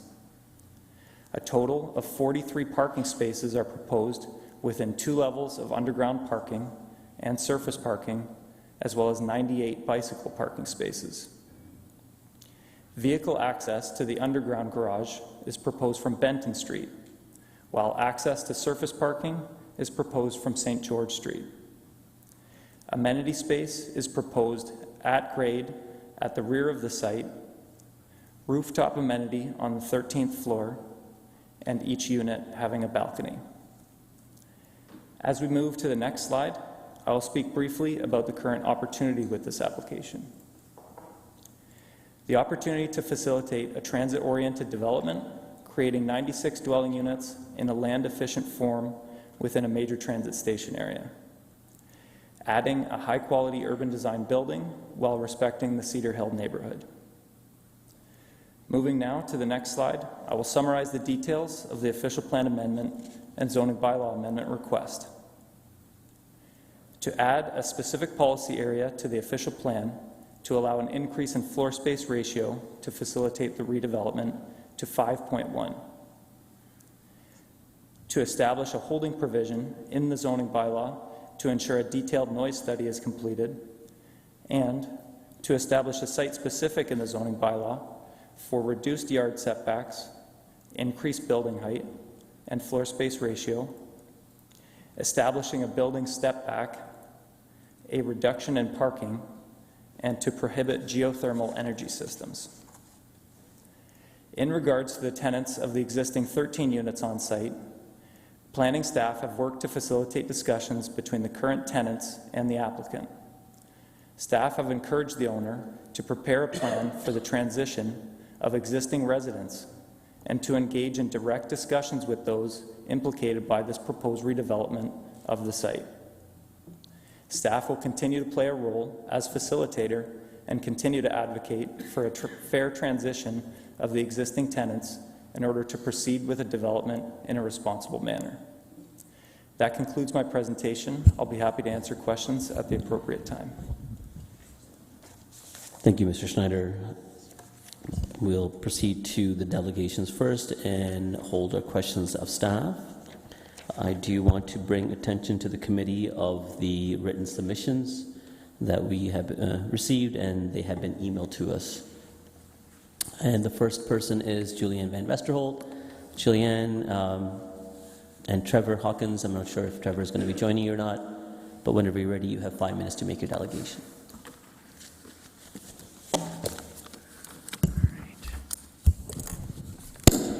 Good evening, Mayor Verbanovic, Mr. Chair, members of the committee, staff, and ladies and gentlemen. My name is Julianne Von Westerholt. I'm an associate at MHBC Planning, and I'm here on behalf of our client, Ideal Capital, to present the development application to you and to answer any questions that you have. With me this evening is my client, Mr. Dollywell. He's sitting there where I was sitting, adjacent to Mr. Trevor Hawkins from our office as well. The proposed development would permit a multiple residential mixed-use building with 96 residential units, which is an increase of 83 rental units on the subject lands, which will help increase the housing supply. The official plan and zoning bylaw amendments, as described by Mr. Schneider, the city planner, will be required to facilitate the development.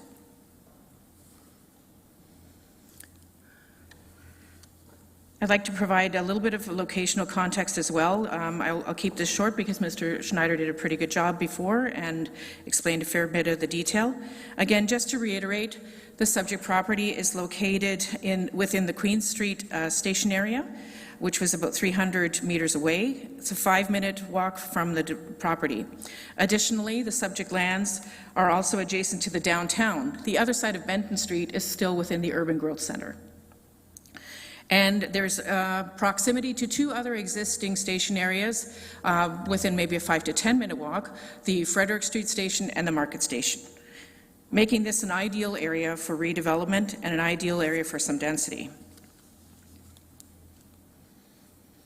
Next, I would like to describe the surrounding neighborhood. To the north is the downtown core, north and west is the downtown core with a mix of mid and high-rise development. It's a changing landscape, and it includes residential, institutional, and all within 2 blocks of the downtown. Lands to the west contain the former Aero Lofts shirt factory, now a condominium development. It's 8 stories, and there's also, actually shown on this slide, it just shows it as a development, under development, but that piece immediately to the south of it is currently, I believe it's a 14-story apartment building, as well as multiple residential uses at the intersection of Cortland and Benton. To the east, the lands are predominantly residential with a mix of singles and multiples, including low-rise walk-ups and townhouses. And to the south is Cortland Avenue with a combination of low-rise res and commercial uses. This slide shows the boundary of the Queen Street station area. The MTSAs, along with the Urban Growth Center or the downtown, are primary lands for intensification as outlined in the principal policy document for the City of Kitchener, the official plan. These lands already are intended for increased density, and this application seeks to increase these permissions. These areas have been identified for growth and intensification in order to support transit usage. The subject lands are adjacent to the downtown, which is located on the opposite side of Benton. There's also a prime area, which is also a prime area for increased densities in support of the LRT, which is about 5 minutes away. We met with residents to discuss the development on September 27th, at which time some design concerns were raised with the view shed along Benton Street, amenity space for the residents, and step backs. We responded to these design concerns and have had the building stepped back further from Benton Street to better address the street. A half-story was added to include an outdoor rooftop amenity and an indoor amenity space for the residents, in addition to the already existing at-grade outdoor amenity area, and that would be located kind of on the bottom right of the screen. Unfortunately, I don't have a laser that I can point to. The redesign resulted in a reduction of proposed 99 units to 96 units. The tower continues to have a 30-meter setback from the low-rise residential zone, and we are exploring opportunities for a possible relocation of the transformer that is at the front of the site along St. George Street as well, which was also something that was raised by the residents at that meeting. The site also has visitor parking and underground parking, as mentioned by Mr. Schneider. The image on the left shows the initial design of the tower, which did not include a step back in the tower. The image on the right shows the step back, which reinforces the pedestrian realm at the base of the building and resonates closely with the Aero Lofts building, which is located in the center on the slide. This redesign addresses the street and opens the view shed on both Benton and St. George Street. The proposed building will take its architectural cues from the Aero Lofts building, and these design details will be reviewed during the site plan process. In the center is the existing Aero Lofts building, so you can see some of the similarities there. Okay. In terms of project details, this project provides attainable rental housing to increase the supply of housing in the city and the region. It contributes to the City of Kitchener's intention for 35,000 new homes by 2031. 96 units proposed close to downtown, Victoria Park, and the Ion Station, as well as amenities. In support of this development, we had functional servicing and stormwater management reports, geotechnical, noise study, parking study, shadow study, and wind study, and an arborist report. And that concludes my presentation. I'm here for any questions that you may have. And again, my client is here as well if you have questions of him. Thank you, Julianne. We do have questions. Councillor Johnston. Thank you, Chair Singh. And thank you, Ms. Von Westerbolt, for coming in and making your presentation. I had a question with regards to the meeting that you mentioned on September 27th. And you mentioned that at that meeting, design concerns were brought up by residents. I'm wondering, did the applicant attend that meeting? No, through you, Mr. Chair, the applicant was not able to attend that meeting, but we represented the applicant at that meeting. Yeah, I understand that tenants were hoping to go to that meeting and meet with the applicant and look at possibilities for, what would happen to them when this, when the new development goes in. Can you comment on that, please? The tenants, to my understanding, is the tenants have been notified of the applicant's intent to develop the lands through a written correspondence, and have been advised that the commencement of such works on the subject lands are not foreseen before 2025, early in 2025. I understand that residents were hoping to be able to meet with the applicant and further discuss opportunities for housing, further housing and financial support whenever they're moved out. Can you comment on that, please? So the question is on displacement. I do understand. Thank you, Chair, for clarifying. Yes, in terms of the displacement, the applicant, of course, is here tonight to speak to what he has proposed, and he will be required to do what is legislatively required, which my understanding is a minimum of 3 months payment for rent. And in addition, the applicant has proposed an additional 1 month on top of that. Could we ask the applicant to come down? We certainly can. Thank you. Thank you.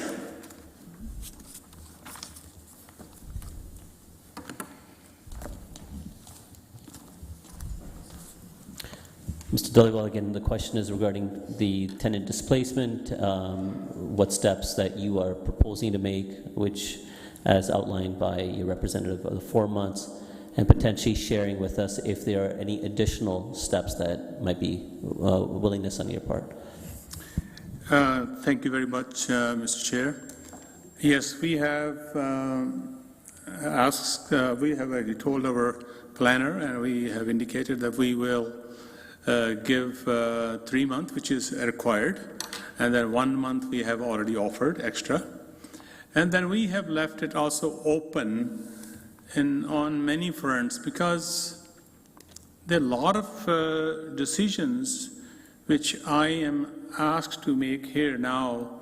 They are financial decisions, and we all know financial market and prices and interest rates and HST removal from this development. It is still in the play. So I cannot definitely give you any answer right now that this is how much, but I can just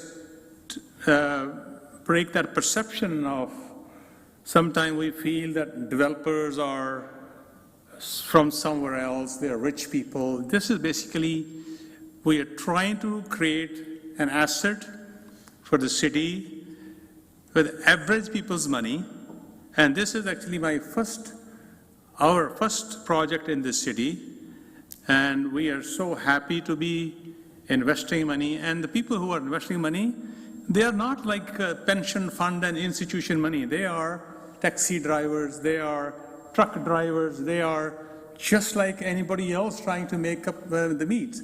So I cannot make any decision without having a discussion with them that what will happen to the project if we promise this, what will happen to their profit. So those are the very important things. And also I actually myself, I have lived in this country for 44 years, and with the idea that we all should provide the best environment for the people to realize their full potential. And I'm actually, when I came, I worked on a farm, I drove taxi, I went back to school, I started my own business, I ran as a member of parliament, I became a real estate broker, I became citizenship judge. So, and throughout this, I have been always involved in something to do with the other people. Then I feel myself, I'm not a property of my family or... Mr. Dhaliwal, if you can try to summarize the question of what you might be willing to do. Yeah, that was the what question. I am actually, as I'm saying that I'm leaving it open in a way that this is what we can do, 3 months, which is required, and we can give 1 month I have already offered, and then anything extra, then I have to go back to the drawing board and then see what will be the financial implication on that, right? But okay, thank you, Mr. Dhaliwal. What I believe I hear that you're saying is that you're open to discussion. So if staff can set up a meeting with you and the residents to have further discussions, would you be willing to do that? yeah, I will have the discussions, but in any discussions, I won't be able to give answer right then and there. Only I can say that we are far away from that actually, whatever is going to happen to that area, building. We are probably a year and a half away from that. Right. So not knowing what will happen at that time, it is very difficult for me to decide that I will give I think that's the same for the residents. They don't know what will happen either, and I think that they need to know as well. Yeah. So what I'm hearing, I think, is that you're willing to meet with staff and have a conversation with the residents. So, Mr. Chair, I would like to defer this decision then until our next council meeting, which I believe is December 11th. Yes. But I think that may... It would give time to have that meeting. I'll look to staff. Thank you, Mr. Dhaliwal. There may be some more questions of you. Others have keyed in, but we'll have you come down. And Julian, I think you might want to come down in the meantime. Or if you, Mr. Dhaliwal, you want to just come sit at the downstairs, there are chairs provided in case others may have questions of you, and then you don't have to go up and down. Clarification from staff. Councillor Johnson has proposed that she is anticipating putting a deferral to allow a opportunity where our staff can facilitate a meeting between the developer or the proponent and the tenants. What would be the appropriate time that staff would require? So through the chair, staff have facilitated meetings between, have attempted to facilitate this type of a meeting with members of the resident group, members of, or members that are tenants right now, and the applicant. During that meeting, the owner was not able to show up, and the applicant and their planning consultant and their architect was there. And then at that meeting, the tenants were also not able to show up. The tenants that were asked to come. So we have tried to facilitate that meeting during this application process, but we're certainly willing to facilitate another meeting. Yes, the timing. What would be the appropriate time and delay to ensure that we can send the necessary notices to the tenants and that we can set up the meeting between the proponent and the tenants and staff? Would December 11th be appropriate, or should we look at something in January? So, yeah, through the chair, I think 1 week would be a difficult timeline to achieve, knowing how many people are involved, how many tenants there are. So what would be the next council meeting? I'll look to our clerk, is in January, I believe. January 8th? No, that may be standing. So would staff recommend coming back to standing committee or going straight to council?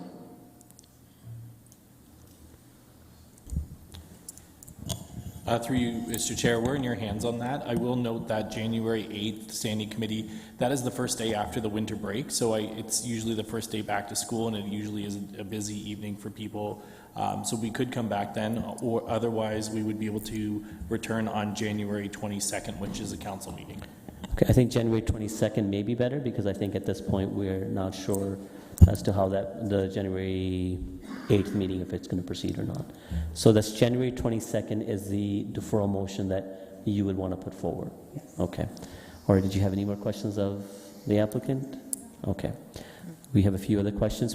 I'll finish up with the questions. Deferral motion does take precedence. Okay, all right, so no questions. We do have a long list of people that did register that wanted to come and be heard by this committee. To those that have registered already, what right now, what's been offered is a deferral to January 22nd meeting. In between that time, staff will be directed to facilitate a meeting between the proponent and the tenants to engage in discussion what would be a appropriate financial relief for the tenant displacement. But again, if you still want to come forward and delegate, you have that opportunity. So I'll go to the next registered delegate. Thank you, Julianne. That's everything. You're welcome. Actually, you know what? Before Julianne, if you can, before you go, Mayor Rabinovich, you had your hand up. Yeah, and I just wanted to have a follow-up with Mr. Dhaliwal, just to have some clarity, please, Mr. Chair, on that. Yeah, he's coming up. Yeah. Thank you. Mr. Dhaliwal, thank you for coming in this evening and for your proposed development. I do just want to follow up to the question that Councillor Johnson was asking, so that there is some absolute clarity. If we do have this deferral, and that is the direction of this council in order to enable further dialogue, I know the neighborhood is keen, particularly because you're new to the community, the first development in the community, keen to actually sit down and engage with you directly and not necessarily through your representatives. And so I just want to make sure that as we endeavor to schedule that meeting, you yourself will be looking to participate either on your own or together with the other applicant, I believe Mr. Danasard. Yeah. Yeah, I will try that we both are here on that day. Okay, thank you for that clarity. And Mr. Chair, just from a process point of view, I take it we will still go through all of the delegations this evening so their concerns can be laid as part of this statutory process and could factor into some of the discussion that happens at the deferral, if that deferral proceeds. So I presume we're going to go through all of the delegations before considering Councillor Johnson's deferral motion? We are. We're going to hear from the delegates Okay. before. Anyone that wants an Okay, opportunity to speak will be listened to. Okay, thank you. Okay, thank you to both. So next registered delegate is Megan Walker.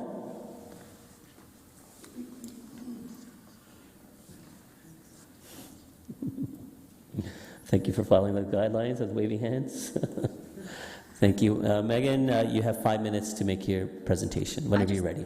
I want to start with a question. If we delegate tonight, we can't delegate again if it goes before council, if deferred, correct? No, you can delegate again if they choose. No. Just new information. I'm going to look at the clerk. It has to be new information, correct? New information. That's correct. Yes. Through the chair, the procedural bylaw says for all delegates, they have to be presenting new and essential information to be That's right, permitted to yes. delegate. So you can still delegate, but it there's would be a caveat. yeah, new information on top of what you've delegated today. Okay, thank you. So good evening, council. I delegated earlier today. I'm Meg Walker. I'm with the Eviction Prevention Team with the Social Development Center. Specifically, I do tenant support. I'm just going to get right to it. We cannot afford to add to the housing crisis, which is also an eviction crisis. I'm asking you to help prevent these evictions of people, many of which are low income and vulnerable. And I'd really like to know, as per the previous presentation, who is this attainable for, this housing? Who is it attainable for? Because that really matters. We can talk about affordable housing, we can talk about deeply affordable housing, but it's really a sliding scale, and as we know, the market rent has not kept up with income. The applicant and planner say that they will provide compensation for these people, but that compensation does not and will not keep up with the current rent market here, and it cannot replace their homes, which they tell me are affordable, as I'm here to represent them. The housing landscape has changed very dramatically in even just the last 5 years. Any compensation offered would have to be far more than a legislated amount. I've only had the privilege of knowing the tenants of this block, St. George and Benton, for a few weeks, including their allies in Cedar Park Neighborhood Association. And I can't tell you how full of heart they are and how dedicated to community they are, and we should all hold them as an example for how we need to fight for each other every day, all of us, even the people here in this room who have been elected. Many of the residents have come to me telling me they're afraid of reprisal, either from council for speaking up for themselves or from their landlord. Many of them are newcomers and they don't speak English and they're not entirely sure what the situation is. They don't know where to go. The housing market is beyond repair at this point. There are very many vulnerable people in this block as well. Sorry, I want to cry a little bit right now because it's very close to my heart, and these people have really, they're fighting so hard. I speak on the behalf of these people because they're not numbers. They're not just units. I believe very much in building units, but these are people who live now in a community together. They are not numbers, and they are living in fear and uncertainty of where they will be in a year, as do many people in the region. I speak on behalf of the residents who tell me that if this block is demolished, they will be on the street. They will have nowhere to go. They don't have the income to move anywhere else. The developers, with respect, have more resources. As a collective, as the previous delegation said, they are able to move their project to somewhere else. These residents don't have those resources. The only thing they have is their collective together fighting to stay in their homes. So Rainbow Row, as we've been calling it, in St. George, which is unofficially Rainbow Row, you can decide to support this community. You can decide that the housing development can happen elsewhere and not sacrifice the deep affordability and community of these units. You are being asked again, this is not the first time, to make a decision that will make it easier for these people to keep their homes. This is a decision you can make. You have agency here. I want you to know that. And I'm asking you to decide with people and community and affordable housing. Thank you. There's a question. Have you? Sorry, I pulled a mo. That's okay. Councillor Chapman, clarification based on what the delegate has presented. So what would affordable be for you? Well, it's defined as 30% of income. It is really, when we say affordable, it really should be geared to income, because it really depends on the person and what their income is. Everybody's different. Everybody has different expenses.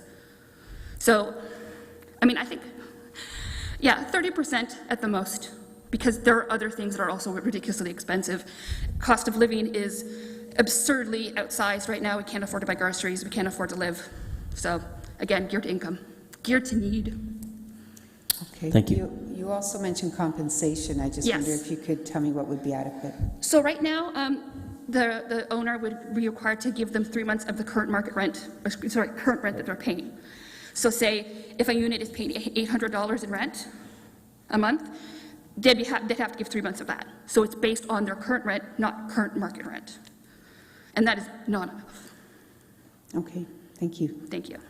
Thank you, Megan. Next up is Cress Clayview. That's joining us. Cress is joining us virtually. Greetings, everybody. Thank you so much for having me. I would be joining, but I am under the weather. I don't want to give you all what I have currently. So I am currently a resident in 99 Benton, speaking from my room in this unit here. And this is something that has been driving on my mind for the entire time. Hearing and seeing the owner for the first time since he purchased this property on this live feed, and hearing him state that he has offered us, that he's tried to have conversations with us, is a complete lie. We have not received communication beyond being told that our property is going to be demolished and this is going to happen, and being told that we are only offering 1 month's rent. So it's the first time that I'm hearing that we're getting the proper compensation that I had to remind him in an email that we are due. I do not believe that this is being done in good faith, as he has stated today alone, that this is being done through an investment group. We don't have an investment group. We're individuals that pay rent to these groups of people that own buildings. We don't have investment groups. I work full-time, and I will have a hard time finding rent in this city. I rent out 2 of my rooms to people with ODSP. We share rent in this building. The 3 bedrooms, 2 people are on ODSP and Ontario Works. And I do that out of the goodness of my heart because I can't afford, even full-time, even something that's considered, right now, my rent is considered affordable housing. And with the additional bills that I take on in my house, I would not be able to afford most of the market rent prices that are currently in this region. It is irresponsible. It is irresponsible to approve this. I understand with the advent and the growth of Conestoga College, bringing in so many new people to the region, bringing in so many opportunities to the region. That's wonderful, at the expense of people that have been living here. I have been living in this unit for 12 plus years. 12 plus years. I am one of the longest residents in this building. I have not asked for much. I have repaired what I can myself out of my own pocket without asking for anything. I do everything I can to support our group of people that we have here. And I'm being told that who paid first and last month's rent, I'm being told that I'm graciously being offered 1 month free rent to get out of a home that I've built for myself for 12 years, that I've worked in this region, putting on conventions, building communities, building bridges, giving people opportunities, giving people homes. And you want to insult me. And council is considering this. Please, I implore you. I know you're not making the decision today. The motion has been made to delay this. But I implore every single person listening to this. There are families here. You've already forced out one family. One single mother with several children was scared enough to leave because she has nowhere else to go. These individuals that own this building, that have investment groups, are preying upon people who have no idea what their rights are as tenants. And thank God I do, because I will oppose this and fight this every step of the way, not just for myself, who can afford a studio apartment at half of my month's pay. I can afford that. My roommates can't. I do this for them. And I implore every single one of you to think this for the next month. Put yourself in our situation. Thank you very much. Thank you, Chris. Councillor Chapman, once more, clarification questions only, based on what they have said. Yeah. So you mentioned that the offer of compensation up to this point was 1 month free rent. Do you consider the modified compensation proposal to be adequate for you and your roommates? I believe with the conduct of the current ownership and considering the degree, the lack thereof of maintenance on the property, which I understand is more in the purview of the Ontario Land Tribunal, or not the Ontario Landlord Tenant Board, I apologize. I believe that would be taken up with them, but I believe it's a slap in the face that we've had to drag that bare minimum out of them when they first came to the board and said, we're going to give you 1 month's free rent. I believe it's inadequate, I believe that it's an insult, and I believe it's a start, but discussions have to be made. Thank you. Okay, next we have Acer Bonaparte.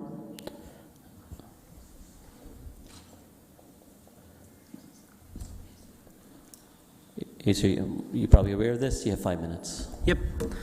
Hello. Today I am speaking to you as the elected chair of Waterloo Region Acorn on the proposed rezoning, obviously. Currently, we've been organizing with the tenants living in Rainbow Row. The tenants living in these buildings are primarily low-income, disabled, elderly, and families, as well as new Canadians. They have been able to enjoy their stable homes for many years now, so the proposed demolition of their buildings has been a massive shock to this community. Tenants are terrified, clearly. Many have nowhere to go if they lose their home and are at a high risk of homelessness. In the wake of an ever-growing housing crisis, it is abhorrent to allow for the demolition of some of the few precious affordable housing units we have left. What we need here is not more luxury apartments and condos. We need more affordable housing, and we need to protect the affordable housing we currently have. Waterloo Region Acorn members are calling on committee members to reject the proposed demolition of these properties, protect these affordable units and the communities that depend on them. There's a vacant lot literally across the street. There's vacant lots all over the region. Why does it have to come upon these tenants to lose their home? If, however, council decides to go against the wishes of their constituents in this community by approving the rezoning, Acorn urges that the rezoning and the redevelopment is only approved with the following mandatory conditions. All of the affordable units at Rainbow Row should be replaced with new development at a ratio of 1:1 or 25% of the total units in the building, whichever is higher. Existing tenants should be offered the right of first refusal. Tenant relocation assistance should be provided because it can take years for redevelopment to be complete. And tenants should be provided support for moving costs. Please do the right thing and let these people keep their homes. Thank you so much for your time and consideration. Thank you, Acer. Next up is Christiana Boss. In person.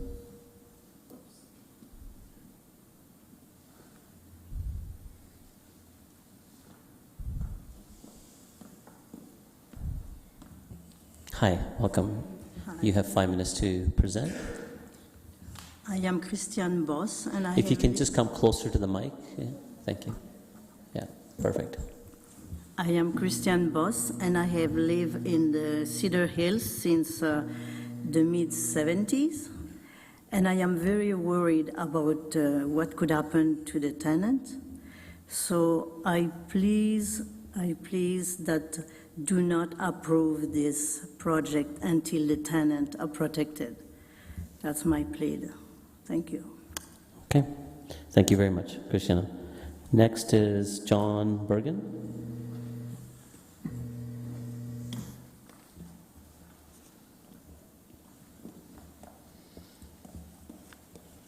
Welcome, John. You have 5 minutes. Good evening.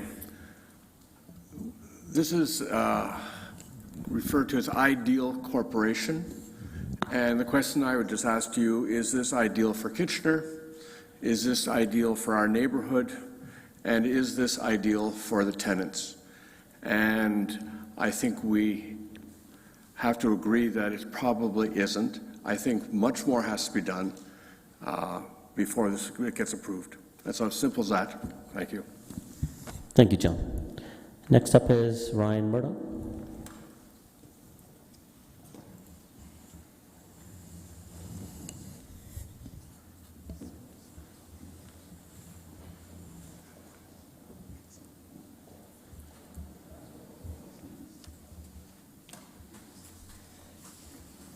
Hey, again, I'm Ryan. Here as an individual, but I am a member of Acorn. How to start? So, like, if you defer this, right? Like, that's kind of like this morning in an abdication of responsibility where you're just passing it down. So it's fine to say we want to talk more, but, like, they've got resources and they couldn't make a meeting yet. They're not interested in the meeting, right? If they were interested, the meeting would have happened, right? There was a meeting. Didn't show up. Right? Right? Yeah? So, like, they're not that interested in a meeting. They're saying that now because it sounds good. And then they're going to have a meeting, and what are they going to offer them? Like 3-4 months rent at a price of affordable housing now? What's that going to get you? What's that going to get you here? That's going to pay for what? Moving costs and maybe first and last if you're lucky. And then all your money's gone and you're paying how much in rent? Right? So even the deferral, like, I get it. But also, like, vote on it now. Like, look at the people and just save them some misery. Vote no. Like, right? Just vote against it. You could literally do that now. You could have voted for the bylaw this morning, and then these people would also have some protection right now, right? We could start seeing how that worked. We could get that process started, but we didn't do that. We're going to do that next month. We're going to protect people next year. Do it now. Just vote no, right? Because if you don't, right, if you kick the can along, you talk about, like, mental illness and stuff. It's been shown homelessness and the threat of homelessness, direct impact on mental health, right? Like, obviously. So, like, sit with that, right? If you vote to let this happen, you're going to come and, oh, we care about evictions, we care about encampments, but you don't really then, because you've added to them, right? You vote this through, you're adding to that. And then in a couple years, when this development's finally done, other stuff will come up and, oh, we have, like, this homeless problem. Yeah, well, you added to it today, right? If you don't do this. So you have to vote no. And I think you should do it tonight. Because if you don't, you get to go home and you get to think about how you didn't do it, and you've condemned these people to more uncertainty, right?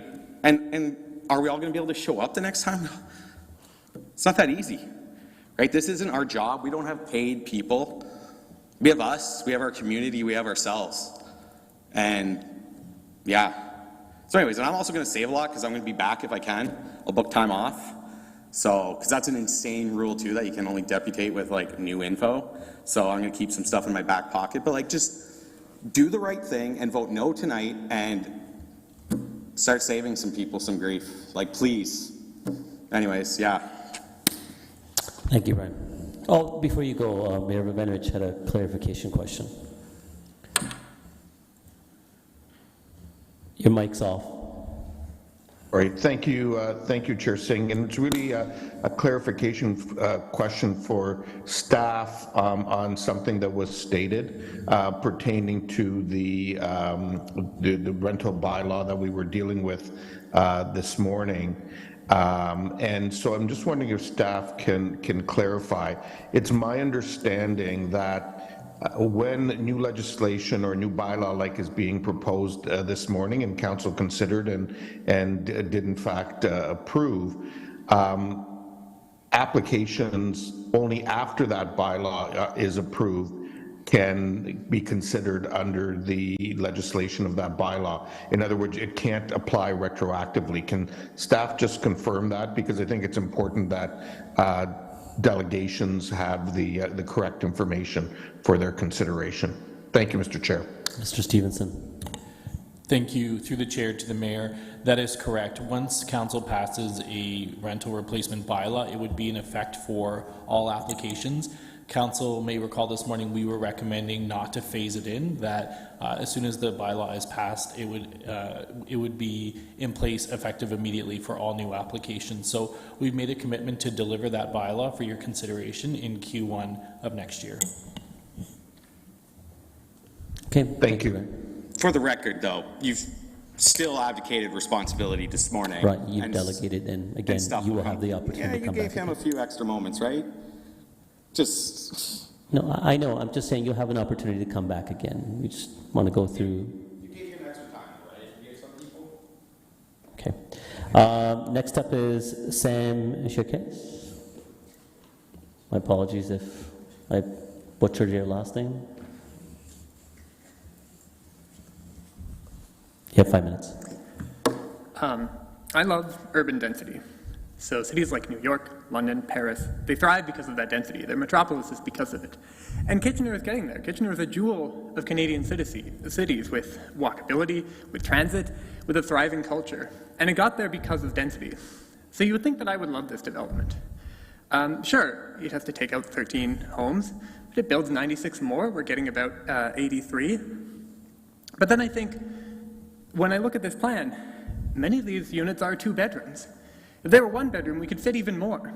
And if they were half the size, we could cram even more units in this one building without making it any bigger. And we could probably fit twice as many units in the same area. Why approve something that's only doing half as much as it can for affordable housing? And I know your objection. You're thinking, well, most families won't fit in a tiny 1-bedroom unit. And if that is what you're thinking, then you get it. That this is not the housing that Kitchener needs, not the current plan, not my abandoned plan, and it shouldn't be a radical idea that just adding more supply will address a shortage. Right now, the world makes enough food to feed everyone, but people still go hungry. Apple has built 1 billion iPhones in the last 5 years, but it's not like 1 billion people get one. If you look on Kijiji right now, you'll find dozens of vacant apartments ready for tenants right next to the proposed development site. And so this isn't a plan that the city came up with to address affordable housing. You didn't sit down and find the best approach for this. Where this plan came from was a developer seeking profit. That is the goal of this project. That has always been the goal of this project. And your hope is that as a side effect of that profit, that it will provide housing. We've seen again and again that doesn't happen. If profit could provide housing, it would have already. And so what I see when I see the city considering this is an absolute failure of imagination, inspiration, and ambition. That Kitchener is big enough to have these big city problems, but it's small enough that it could try something interesting. That there's plenty of approaches, demand side and supply side, like the rental replacement bylaw that has been approved, but things like limitations on corporate home ownership, cooperative housing, vacancy taxes. There's all sorts of things you could have considered that you still can consider. But what I want to see is an agency what I want to see is a city that has a spine to stand up to a developer coming in and saying, this is exactly what we want to do. A city that can stand up for its tenants and look at the tens of millions of dollars that are sure to be at play from the developer's point of view and find a way to get more than crumbs of that to go to the tenants, to find their own path towards affordable housing. And if the best plan that you've come up with is to ask for more housing and rubber stamp every development proposal that comes through that offers more units, then all I have to say is, please, try harder. Thank you. Okay, thank you. Sam, next up we have Maureen Markham.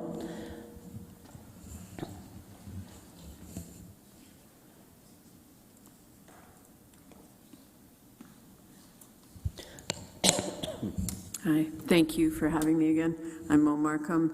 I spoke earlier today, so I'll try not to repeat too much of that, but again, I'm standing here as a senior who is still housing unstable a year and a half after the fire that destroyed my home, and that was a building that was right next to this proposed development.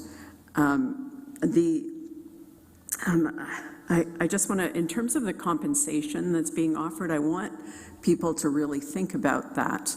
If the rent that someone, just from a clearly mathematical point of view, if someone is paying $1,000 a month in rent and they're given 3 or even 4 months of compensation, that's $4,000. If their rent is going to double or more than double, which is what happened when I lost my housing, then that's not going to get them very far. What are they going to do 3 months after or 4 months after they move? They're going to be back to square one. I don't think that letting go of more affordable housing is appropriate in this city. I think that we need to find other places for development that doesn't affect affordable housing, that doesn't take people out of their neighborhoods. I have spent a lot of time looking at housing in this city in the last year and a half. I can tell you what's out there, a lot more than most of you, because I'm guessing that most of you have not been looking for rental units.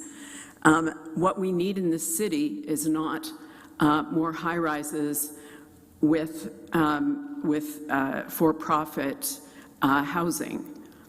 There's tons of that. A lot of these, I see them every day. You have to page through like 20 different ads for these high-rise apartments that are expensive, and they're offering people 2 or 2.5 months rent. They're offering people free rent to come and rent from them. That's how much there is right now. What we need is affordable housing. That's not what's being proposed here. That's not what you're considering rezoning for. If you were, I would be all for it, but that's not what's happening here. That's not what's going to happen if this development goes through. And again, this morning, the committee deferred the decision to put in protections for these people. So if you are approving this at this point, I know you talked about deferring that as well until January, but if you're approving this without those protections for people, then just know that you're putting some of them on the street. You're putting them on the street. You're putting them into unstable housing situations for years. I want some of you to imagine, I want you to imagine not knowing where you're going to live in a few months, not having any idea where that's going to be. That's what these people will be facing. And as we've already heard, they're vulnerable people, they're families, they're immigrants, they're people who are on ODSP and who can't afford to just go wherever. Let me just see what else I haven't covered. I just really want you to think about this, about all of this, and not throw these tenants to the wolves as well. I've seen you do that before for businesses, not you specifically, but I've seen council do that, accept a proposal from businesses that put real people on the streets, that put real people out of their housing or not knowing where they're going to be living in a few months. That's where these people are right now. And if you approve this, they're going to be in that situation for a lot longer. I want council to start working for the people in this city, not some developer from Toronto. Thank you. There's a few questions for clarification, please. Councillor Deneau. Thanks, Chair. Just a point of clarification. We passed the motion this morning, did we not? That is my understanding. Okay. All right. I'm sorry? We passed the motion this morning for the rental, but it won't pertain to this. But we did pass it with staff bringing us back a report in Q1. Okay, so you passed it, you deferred it to be passed. Is it? Okay, explain. It was passed and it would have to be ratified by council. This is a standing committee day. Thank you. It came to a standing committee. My So it bad. wasn't done purposely, it came to a standing committee, and Yes. the process is then it would go to council for ratification. Thank you. Yes. I appreciate that. Thank you. All right, Councillor Chapman. Okay, I want further clarification on that. I thought what we passed this morning was actually giving staff the go-ahead to do further consultation. We didn't actually pass a bylaw. I didn't think. Or we didn't even, I mean, we don't even have the wording of the bylaw at this point. Yeah, so the recommendation passed would go to council for ratification, and then staff would undertake based on the direction. Go ahead. Thank you. Through the chair to Councillor Chapman, we were directed to bring back a rental replacement bylaw in Q1 of next year. So staff have been given direction by council to go ahead and prepare a draft bylaw for council's consideration. Right, so we did not pass a bylaw this morning. Okay, so my question to you, Mo, is you mentioned compensation. What would be adequate in your mind? I think that if we're going to take people out of affordable housing, then what was in the motion this morning, that they be housed until housing become available, and then they be given those units at the same price. That is the only acceptable outcome, because otherwise they are not going to be able to afford their housing. We are putting them into a situation that is unstable otherwise. So if someone is paying for them to have a place at the same price, then that's great. And if the new units come up and they're allowed to have first right of refusal to those units, to a similar sized unit, then that would be great. Okay, thank you. Councillor Johnston. Thank you, Chair Singh. And I just wanted to do a point of clarification from staff again, that when you bring forward the bylaw for council to review in Q1, that it would not, unfortunately, be grandfathered. It would only pertain to applications that come after that point, correct? Or you can explain it better. Through you, Chair, that is correct. The Municipal Act provides a transition, so it is clear that the rental replacement bylaw has to be in force and in effect prior to an application. So once that is in place, any future development application would be subject to the rental replacement bylaw if it met the criteria that we will prescribe within the bylaw. Right, thank you. So much as we might want to be able to grandfather that, we just can't do it because of legislation. I just wanted to be clear about that. Thank you.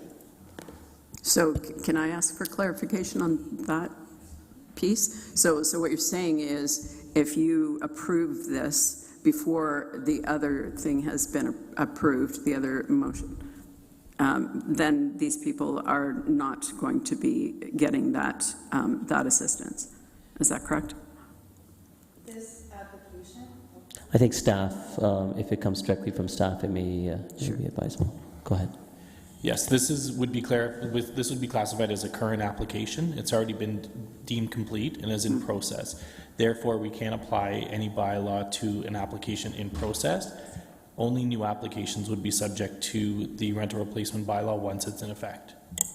Okay, good. Then I hope you turn it down. Okay, thank you very much for delegating. Next up is Sean McKinnon.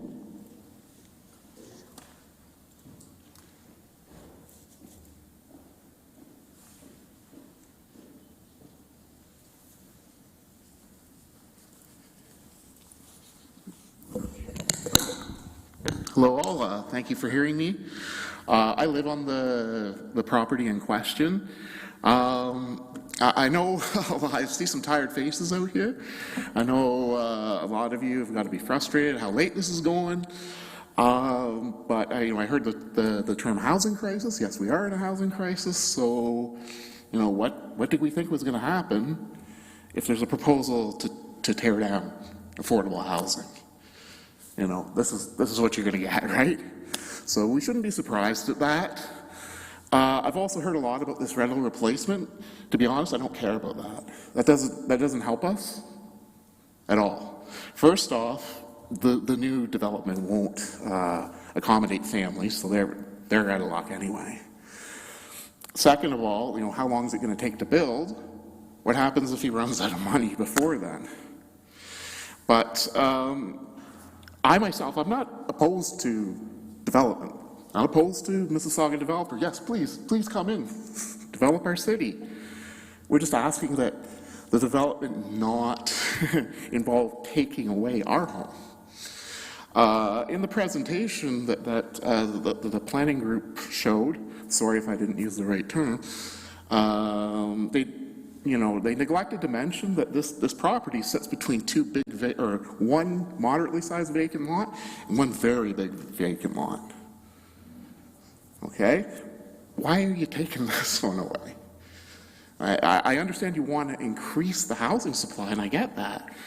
But you're taking away the supply that is most in need right now. Okay, with me today is my friend Patrick, and he can call me out if I say anything incorrect. Patrick is an outreach worker with the Working Center.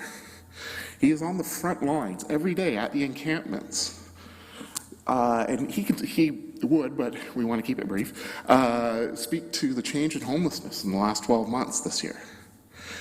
They have people living in those encampments who have full-time jobs. They have a full-time job. They're there because they can't afford a place to live. That's what we're looking at. At the shelters they run, they don't have to worry about parking space because there are homeless people who own automobiles. That never happened before. It was always, the most marginalized, people who can't work because of addiction issues or mental health issues. We're going to have a serious crisis this winter. Typically, the encampments are shrinking about this time of year. Now they're increasing. And we've got a lot of people who are first-time homeless. Are going to have their first winter as a homeless person. That's what we're looking at, in this city. We've not even just priced the lower class out, we've priced the middle class out. Okay, you need to make $70,000 a year to afford to live in this city and pay rent. $70,000 a year. Where are your employees going to live? Your maintenance people, your IT guys, your drivers, your customer service people who work for the city. Can you pay everybody $70 grand a year? Probably not.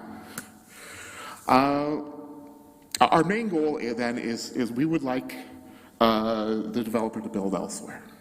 We have tried to facilitate that. We have reached out through email, registered letter, 2 or 3 phone calls. My friend Greg and I, we made the phone calls together.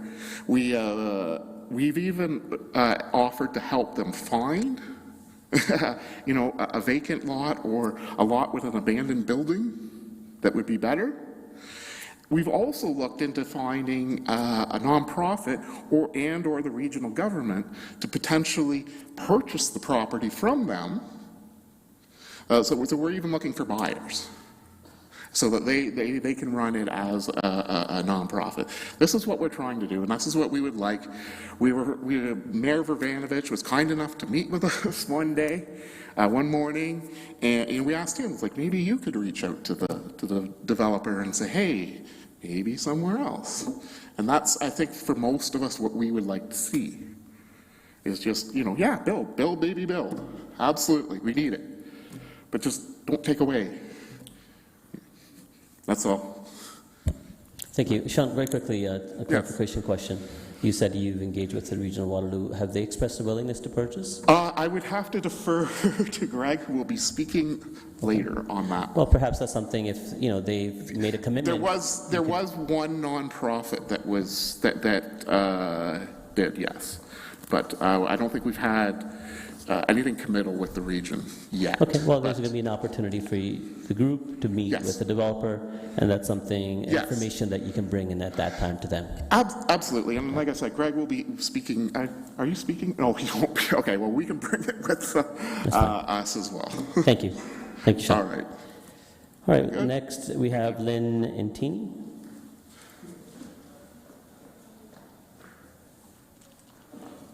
Lynn, welcome. You have 5 minutes. Thank you for hearing me.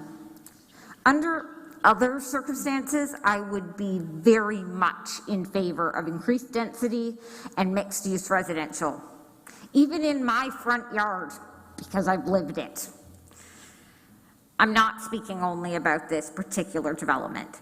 Without enforceable mechanisms to keep those who stand to profit accountable to the city for providing the promised housing in exchange for the opportunity to speculate on the future profitability of the rezoned land, this is not an opportunity which should be granted to them at the expense to the city of losing existing housing, which comes with enforceable rent control.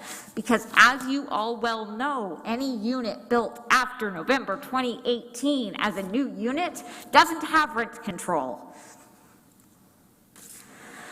If the proposed housing does come to fruition, which, I mean, as the applicant said, a lot of things can change and there's a lot of people to consult, and we don't know how much profit there will be, so who knows if it'll even get built, to be quite honest. They could just not.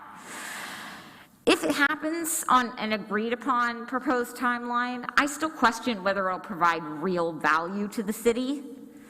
Are the occupancy rates on comparable units, comparable in terms of size, amenities, level of chosen finishes, and therefore the cost, are the occupancy rates of those so high as to justify creating more of that type and price point of unit at market rate with no existing mechanism for rent control? The applicants have repeatedly stated they have no plans to include below market rate rentals for anyone or guarantee the availability of rentals to the displaced tenants. The speculators' repeated framing of now they're saying an additional 1 month's rent in addition to the 3 months they're required to provide is being generous. That's simply because we lack laws which require them to provide anything truly adequate. It seems obvious, based on previous actions, that the applicants urgently wish to avoid the dent to their profit, which could happen if they were obligated by a future rental replacement bylaw to provide the type of compensation city staff are recommending in the proposed rental replacement bylaw. So, based on what I'm hearing, it sounds like we can't grandfather it in, but we all know these people deserve to be taken care of, and we can't afford to lose any rent-controlled housing. So, to the best of my knowledge, it sounds like denying the amendment at this time entirely and forcing them to reapply at some later time after there's rental replacement laws is approximately the only thing that can possibly be done to protect these people. And denying the zoning amendment at this time ensures that those who are profiting, regardless of whether they're middle income or rich or anything else, ensures that those profiting will not be given the opportunity to pass the cost of assisting those who are displaced onto the city budget and the budgets of heavily burdened social assistance groups. Thank you. Councillor Johnson.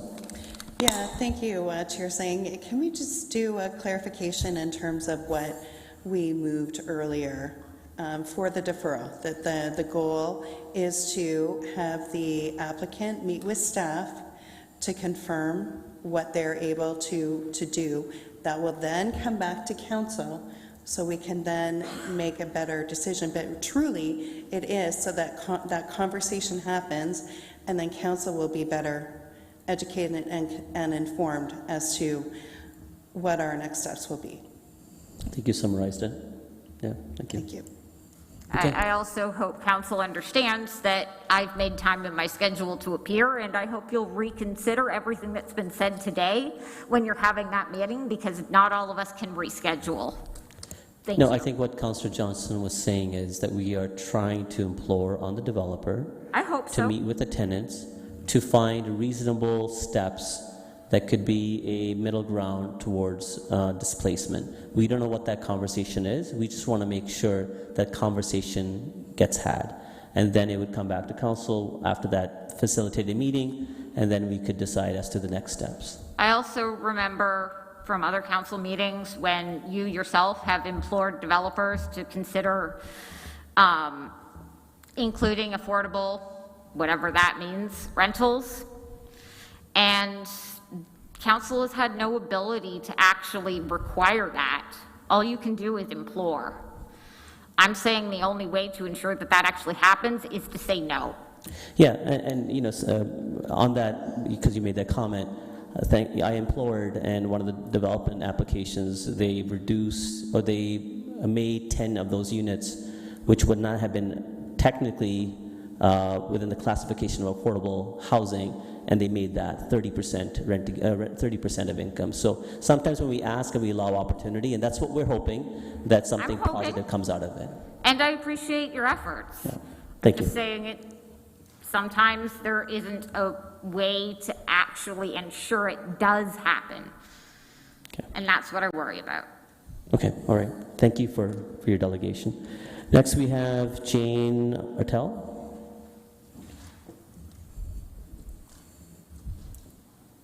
People are really loving the jazz hands. So, Jane, you have 5 minutes to make the presentation. Thank you. Thank you for allowing us to speak tonight. I'm here today because some of my neighbors came out to help change the zoning in our area 40 years ago. I thought I should do the same today.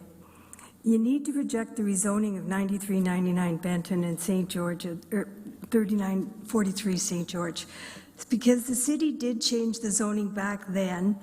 The city ended up buying the land, and Kitchener Housing on St. George and Church Street was built.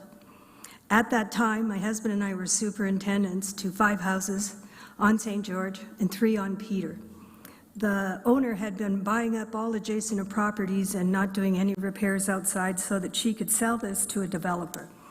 Well, when the zoning changed, her plans changed. All of a sudden, all the houses on the street were for sale. So thank you to my neighbors who fought for this then and those who are here in support today. The city needs to create an anti-displacement policy as soon as possible. Our homeless situation, it rises daily. Please don't add to it with this project. And on another note, I work at a storage facility. And I never thought I'd see this before, but we have to lock up our storage facilities because people are trying to sleep in them. It's dry. Seniors are now coming and they can't move because they know that the rent that they have, they can never afford to move anywhere because of where they live. So we're going to start seeing seniors out there and more families because people are coming going, can I put my stuff in storage for the summer so we can live in a tent? And my answer to them is no, because I will own your stuff by the end of September. And you'll never have your belongings. So we need to work on this problem. We can't evict people from their homes. Thank you. Thank you, Jane. Next up we have Catherine Bitzer. Hey, she's not online? Okay, all right. We'll go on to the next person. It's Mariel Gaines.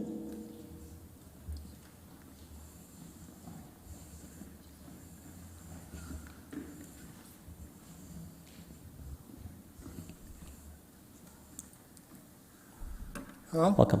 Hi, I'm Mariel Gaines. I'm one of the residents of the proposed development at 99 Benton Street. I am an ODSP recipient. I have nowhere else to go. There's nothing else affordable here. Mariel, if you can just bring the mic up a little bit. So, yeah. Thank you. The affordability crisis has gone absolutely insane. I'm having to rent a room from another resident, which spoke earlier. I can barely afford to live already. There is no middle ground for me to go anywhere else. This either stays as it is or I end up on the street. I have nowhere else. This is the only place I do have. There's nothing affordable in this area, and ODSP gives so little that nothing can be afforded, even... I'm sorry. This there's nothing affordable. I will have nowhere to go. I will end up on the street. This needs to be rejected because no middle ground can be found in this. There's nothing affordable left. This is the last place I have. Thank you. Sorry. Okay, I don't see any questions, but thank you. So I'm not sure where we are here. Are you Sam? No. Can I get your name again? Sorry. Okay. So thank you. Thank you for delegating. Next we have Sally Guns.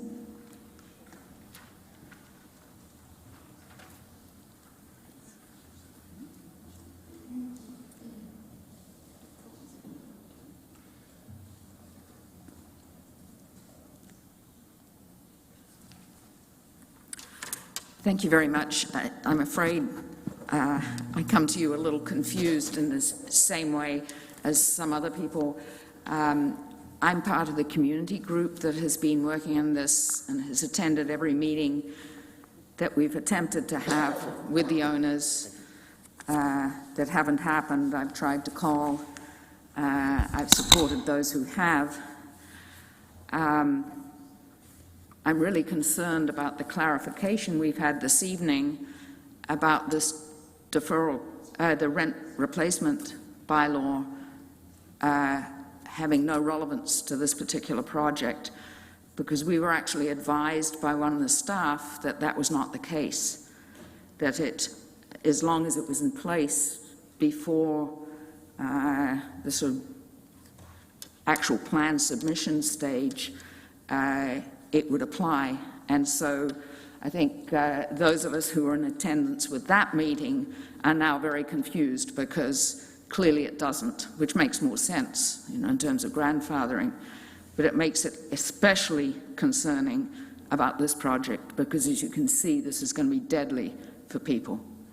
And I use that word without trying to be dramatic. It will have horrible consequences if this project goes ahead.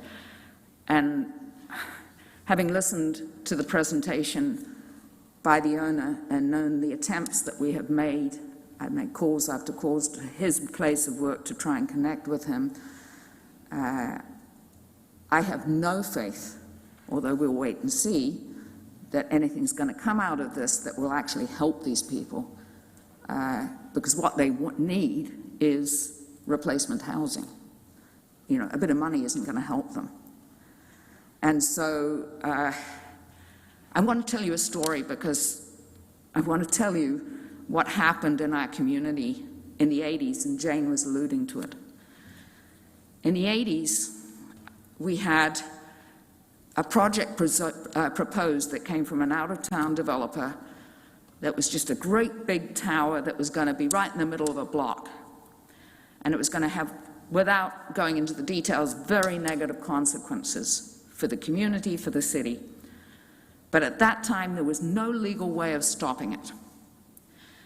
And we came, just as we do tonight, as a community, to the planning, to people just like you.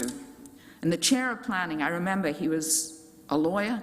He was known to be very conservative in the community. I think he was a real estate lawyer, I may be mistaken. He listened to the arguments, and he knew there was no legal ground for refusing it. And at the end of the arguments, he simply said, I'm not approving this. I'm not voting for this. It's not the right thing to do.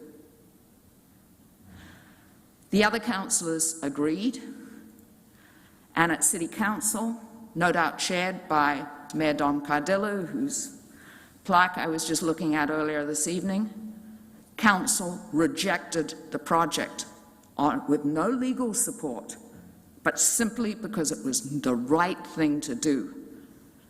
There were consequences, of course, just as you'll hear about, we could end up going to the Ontario Land Tribunal.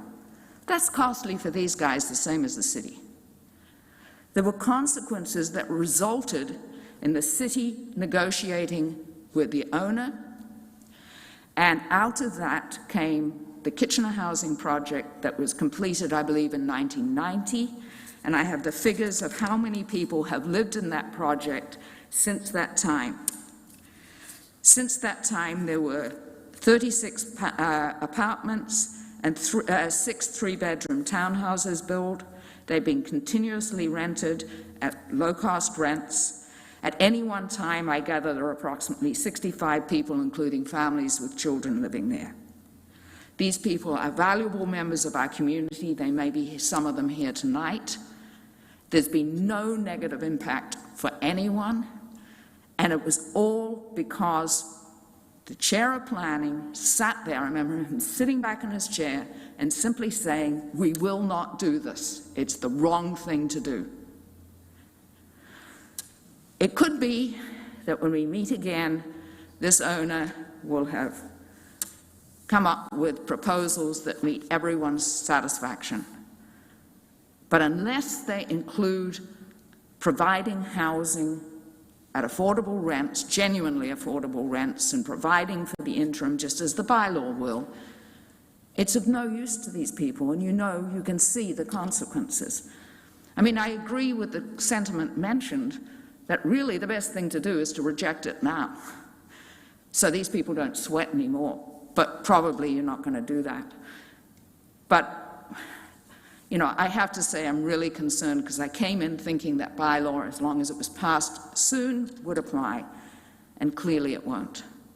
And that just opens up a completely different set of arguments. Thank you. Councillor Chapman has a clarification question. Yeah, thank you. Thank you for coming in.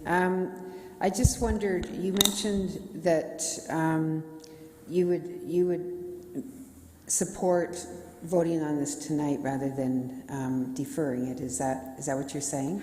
Well, if you think of what these poor people have been going through and what they're going to continue to go through, happy Christmas, holiday season, all that good stuff, they're facing homelessness.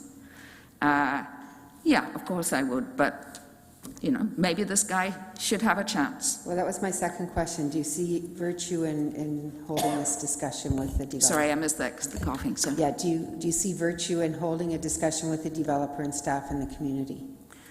You know what? I'm always known for being Pollyanna. Maybe it'll work. I hope he gets the message of just how sincere everyone is and how serious this issue is. There's vacant land all around our community.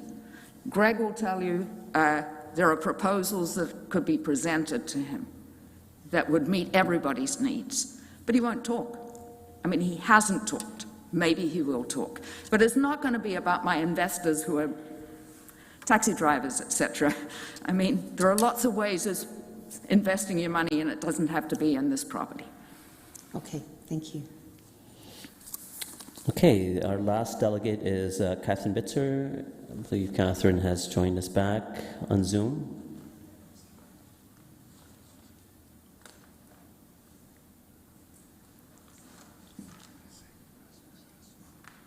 Hi, Catherine. You have 5 minutes to make your delegation. When you're ready, you can turn your mic on. Can you hear me? We can hear you now. Thank you. Yes, good evening. Thank you for this opportunity to speak. My name is Catherine Bitzer, and I live directly across the street from the proposed development. My family, in fact, has owned and lived on this corner property since the late 1800s.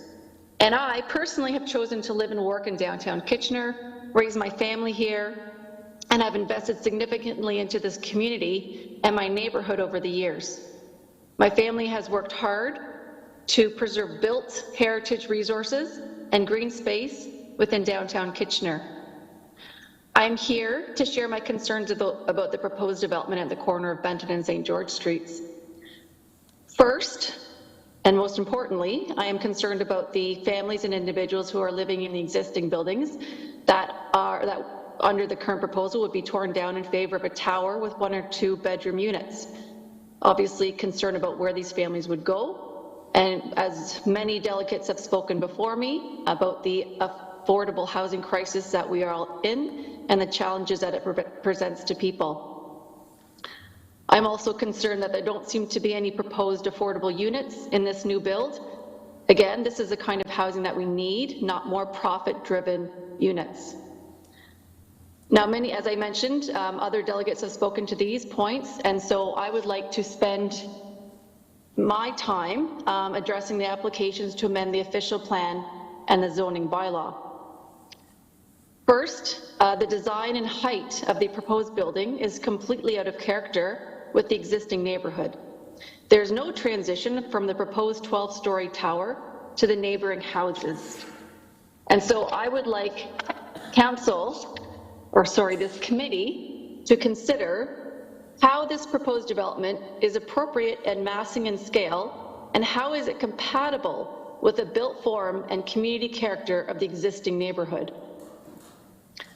I also want to address the fact that the amendments are asking for change to the allowed floor space ratio. I believe it currently exists at 2, and it would be increased to 5.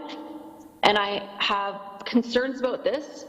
Beyond a personal concern, obviously, as I live next door, and I've seen the shadow studies, and I have seen how they are going to negatively impact the property where I live, as I will lose a significant amount of sunlight, which is something that is very important to my mental health and well-being.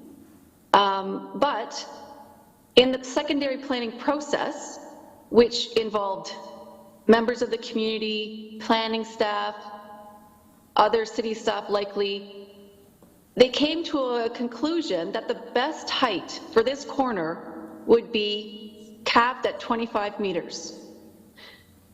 So I believe the developer should at least respect the planning process, the local planning process, and design to build within it. Instead, they are proposing to build a 40-meter tall building, the height which doesn't even include the mechanical penthouse on the roof. So the proposed development, in my opinion, should be rejected and a new design be put forward with respect, or that respects the local planning process. Because that is the height that was determined after many months of work, as I mentioned, by city staff, planners, and by consultations with neighborhoods and neighbors, which I participated in. I've mentioned the negative impact that will come to those of us who are living near the tower in terms of the shadow. Also, when you build something so tall and you have to dig so deep to build that, there will be significant challenges to nearby neighbors and their homes. And I would ask that the committee consider how these will have such a negative impact on the surrounding neighbors and neighborhood. I would like you to please consider the character of the neighborhood, the people who live here, and those who will live here in the future. This is not the right location for the type of development that has been proposed. My final point is a concern about the increased traffic that 90+ units would bring to Benton Street. Not only St. George Street as a one-way street, but I believe I understand from an earlier presentation that the main entry will now be off of Benton, but please correct me if I'm wrong, because I had some internet connectivity problems earlier. And so that addresses the issue of not overwhelming St. George Street, but Benton Street has a very steep slope to it. I can attest that I see every winter cars slipping and sliding and losing control as they try and make their way up Benton Street, or as they are coming down the hill trying to make a turn. And it is treacherous. And I fear with the additional number of people, the additional amount of traffic, whether it be residents or people visiting the commercial space or visitors, that it will become very unsafe on Benton Street to have that increased traffic, particularly in the wintertime when that hill poses significant challenges to safe driving. That concludes my presentation. Thank you. Thank you. Sorry, I was distracted from the clapping or the snapping. We're going to use jazz hands, Councillor O'Dooney, not snapping, so if you want to get my attention. I know. Councillor Chapman for clarification. Yeah, you mentioned, thank you, Catherine, for coming in. You mentioned increased traffic on Benton. I just wondered if you noticed any changes in the parking along Benton with the Arrow Lofts buildings and across the street. Yes. Sorry, I didn't hear. Sorry, Catherine, if you could just I didn't hear it. If you could just say again. Yeah, I was just wondering if, she mentioned traffic, increase in traffic on Benton. I was just wondering if parking along Benton was something she's witnessed, because she lives right on Benton, right? So it's supposed to be clarification questions based on, but again, this is additional information, but I mean, it's the end of the night, so go ahead. Go ahead, Catherine. Thank you, Chair. What I have noticed is that parking was opened up on Benton Street, which it hadn't been opened up before, all the way from St. George, down to Cortland, and those spaces are generally always full. So an entire long block of cars parked almost permanently. When that parking was taken away recently because of road construction, all of that traffic, parked vehicular traffic went to St. George. So already there, and St. George was full of cars just parked. And so already with the addition of the Arrow Shirt Factory condo, absolutely, there's been an increase in number of parked cars. And so, yes, I didn't mention this, but absolutely, I was talking about traffic in terms of traffic safety, but also in terms of where folks are going to park.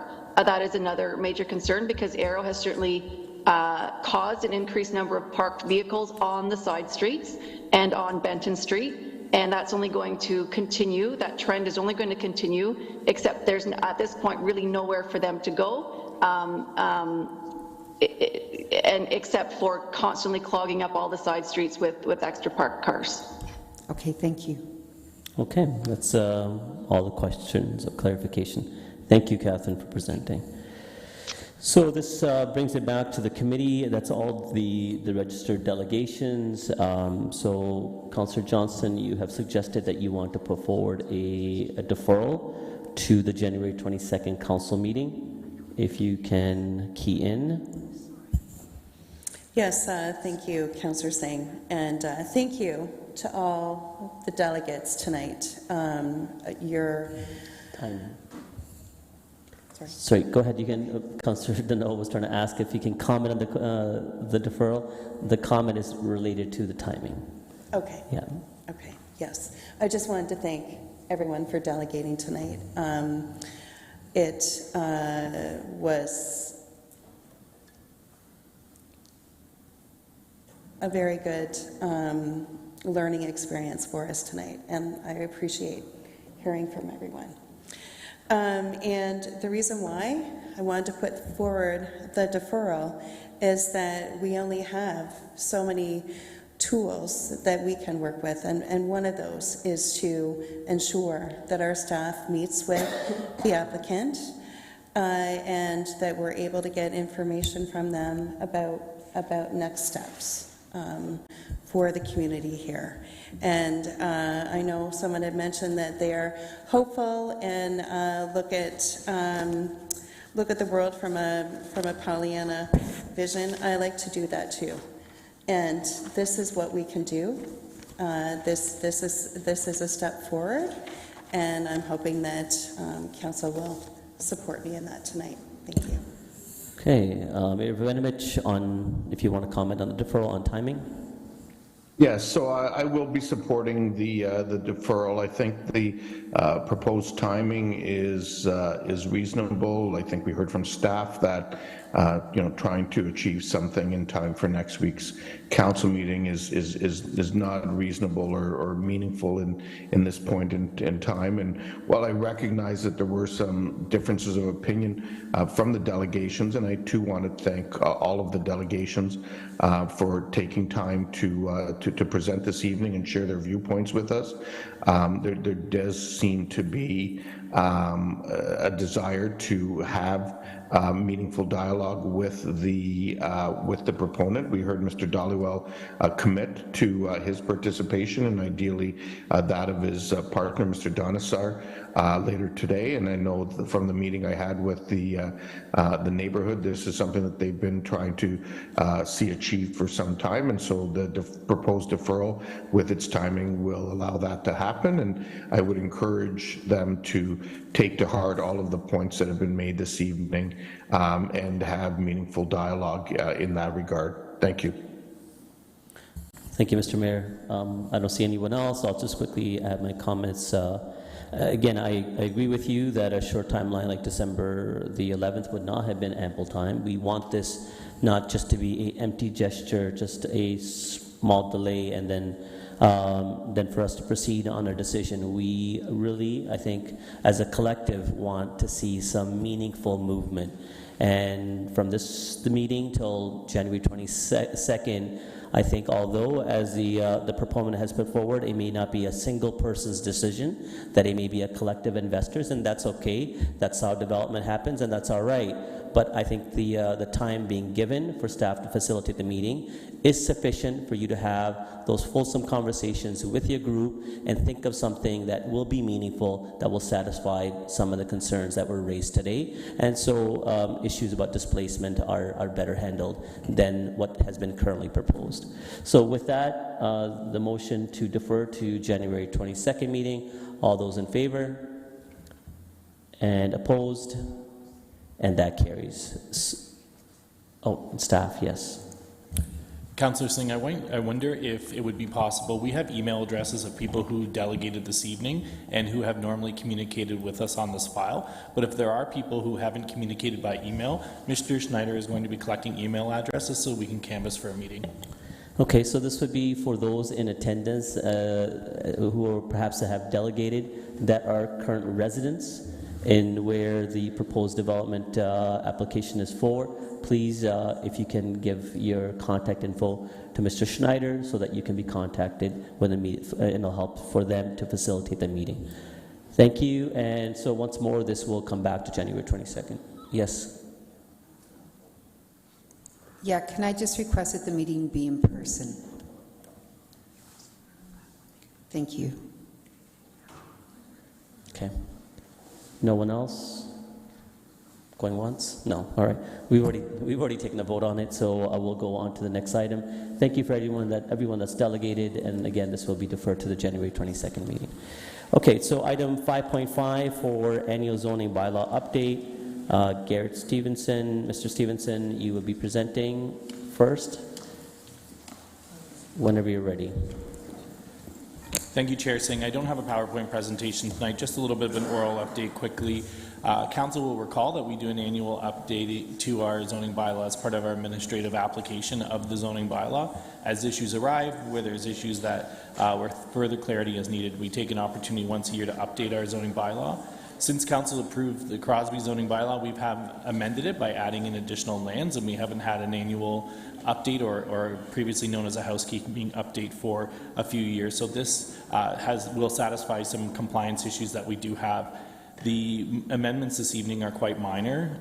This was advertised as in accordance with the Planning Act and was brought to the Kitchener Development Liaison Committee for review prior to the scheduling of this meeting.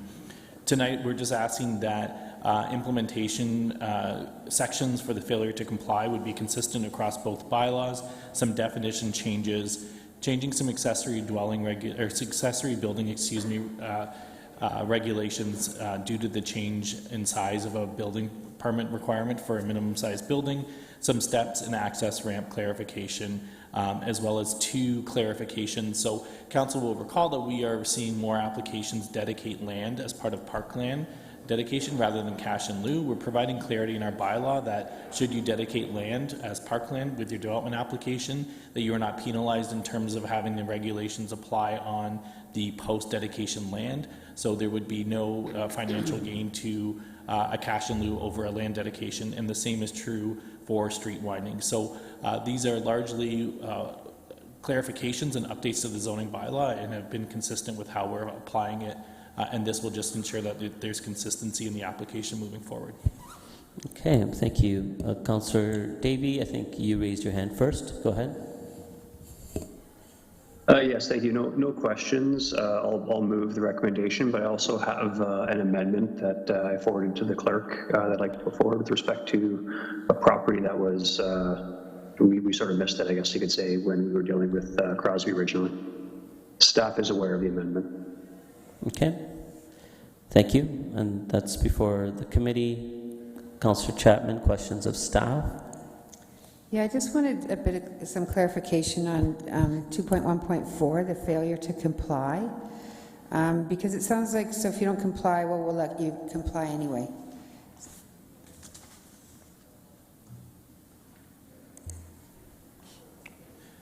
Through the chair, so the failure to comply sections are the application and enforcement section of our zoning bylaw. They are used by our colleagues in bylaw enforcement. The property sections that are, or sorry, the bylaw sections that are listed, there's two separate sections. So in 85.1, they're largely listed out in section numbers, and then in 2019-51, the new bylaw, it references tables. It is the same application, and essentially what it does is allow us to enforce parking and driveway regulation standards for street fronting townhouses and other residential dwellings that are not subject to site plan approval. So it's having alignment between the two bylaws. So it's very specific to certain applications, or certain proposed changes or amendments, I guess? Yes, it implements the enforcement provisions within the Municipal Act. So it's bringing our new zoning bylaw in compliance with the old zoning bylaw. However, the section references are different. And what are persons in this context? Persons is a general term, and it's meant to be who is found to be at fault. So in the case if it's enforcement of a vehicle, it may be the owner of the vehicle. If it's an enforcement of a driveway, it may be the person who owns the property. It would depend on who's at fault in terms of the compliance. Okay, and parkland dedication, I think you sort of explained that, but what are the ramifications of what's being proposed here? So through the chair, the ramifications are that we are seeing more land being dedicated for parkland rather than cash in lieu. And we see that as a positive asset, and we see that as a way of getting more public parks through the development review process at no cost to the city and satisfying the parkland dedication requirement. We had an example, and we will see more examples, where parkland is provided. Once those lands are dedicated to the city, the developable parcel is smaller.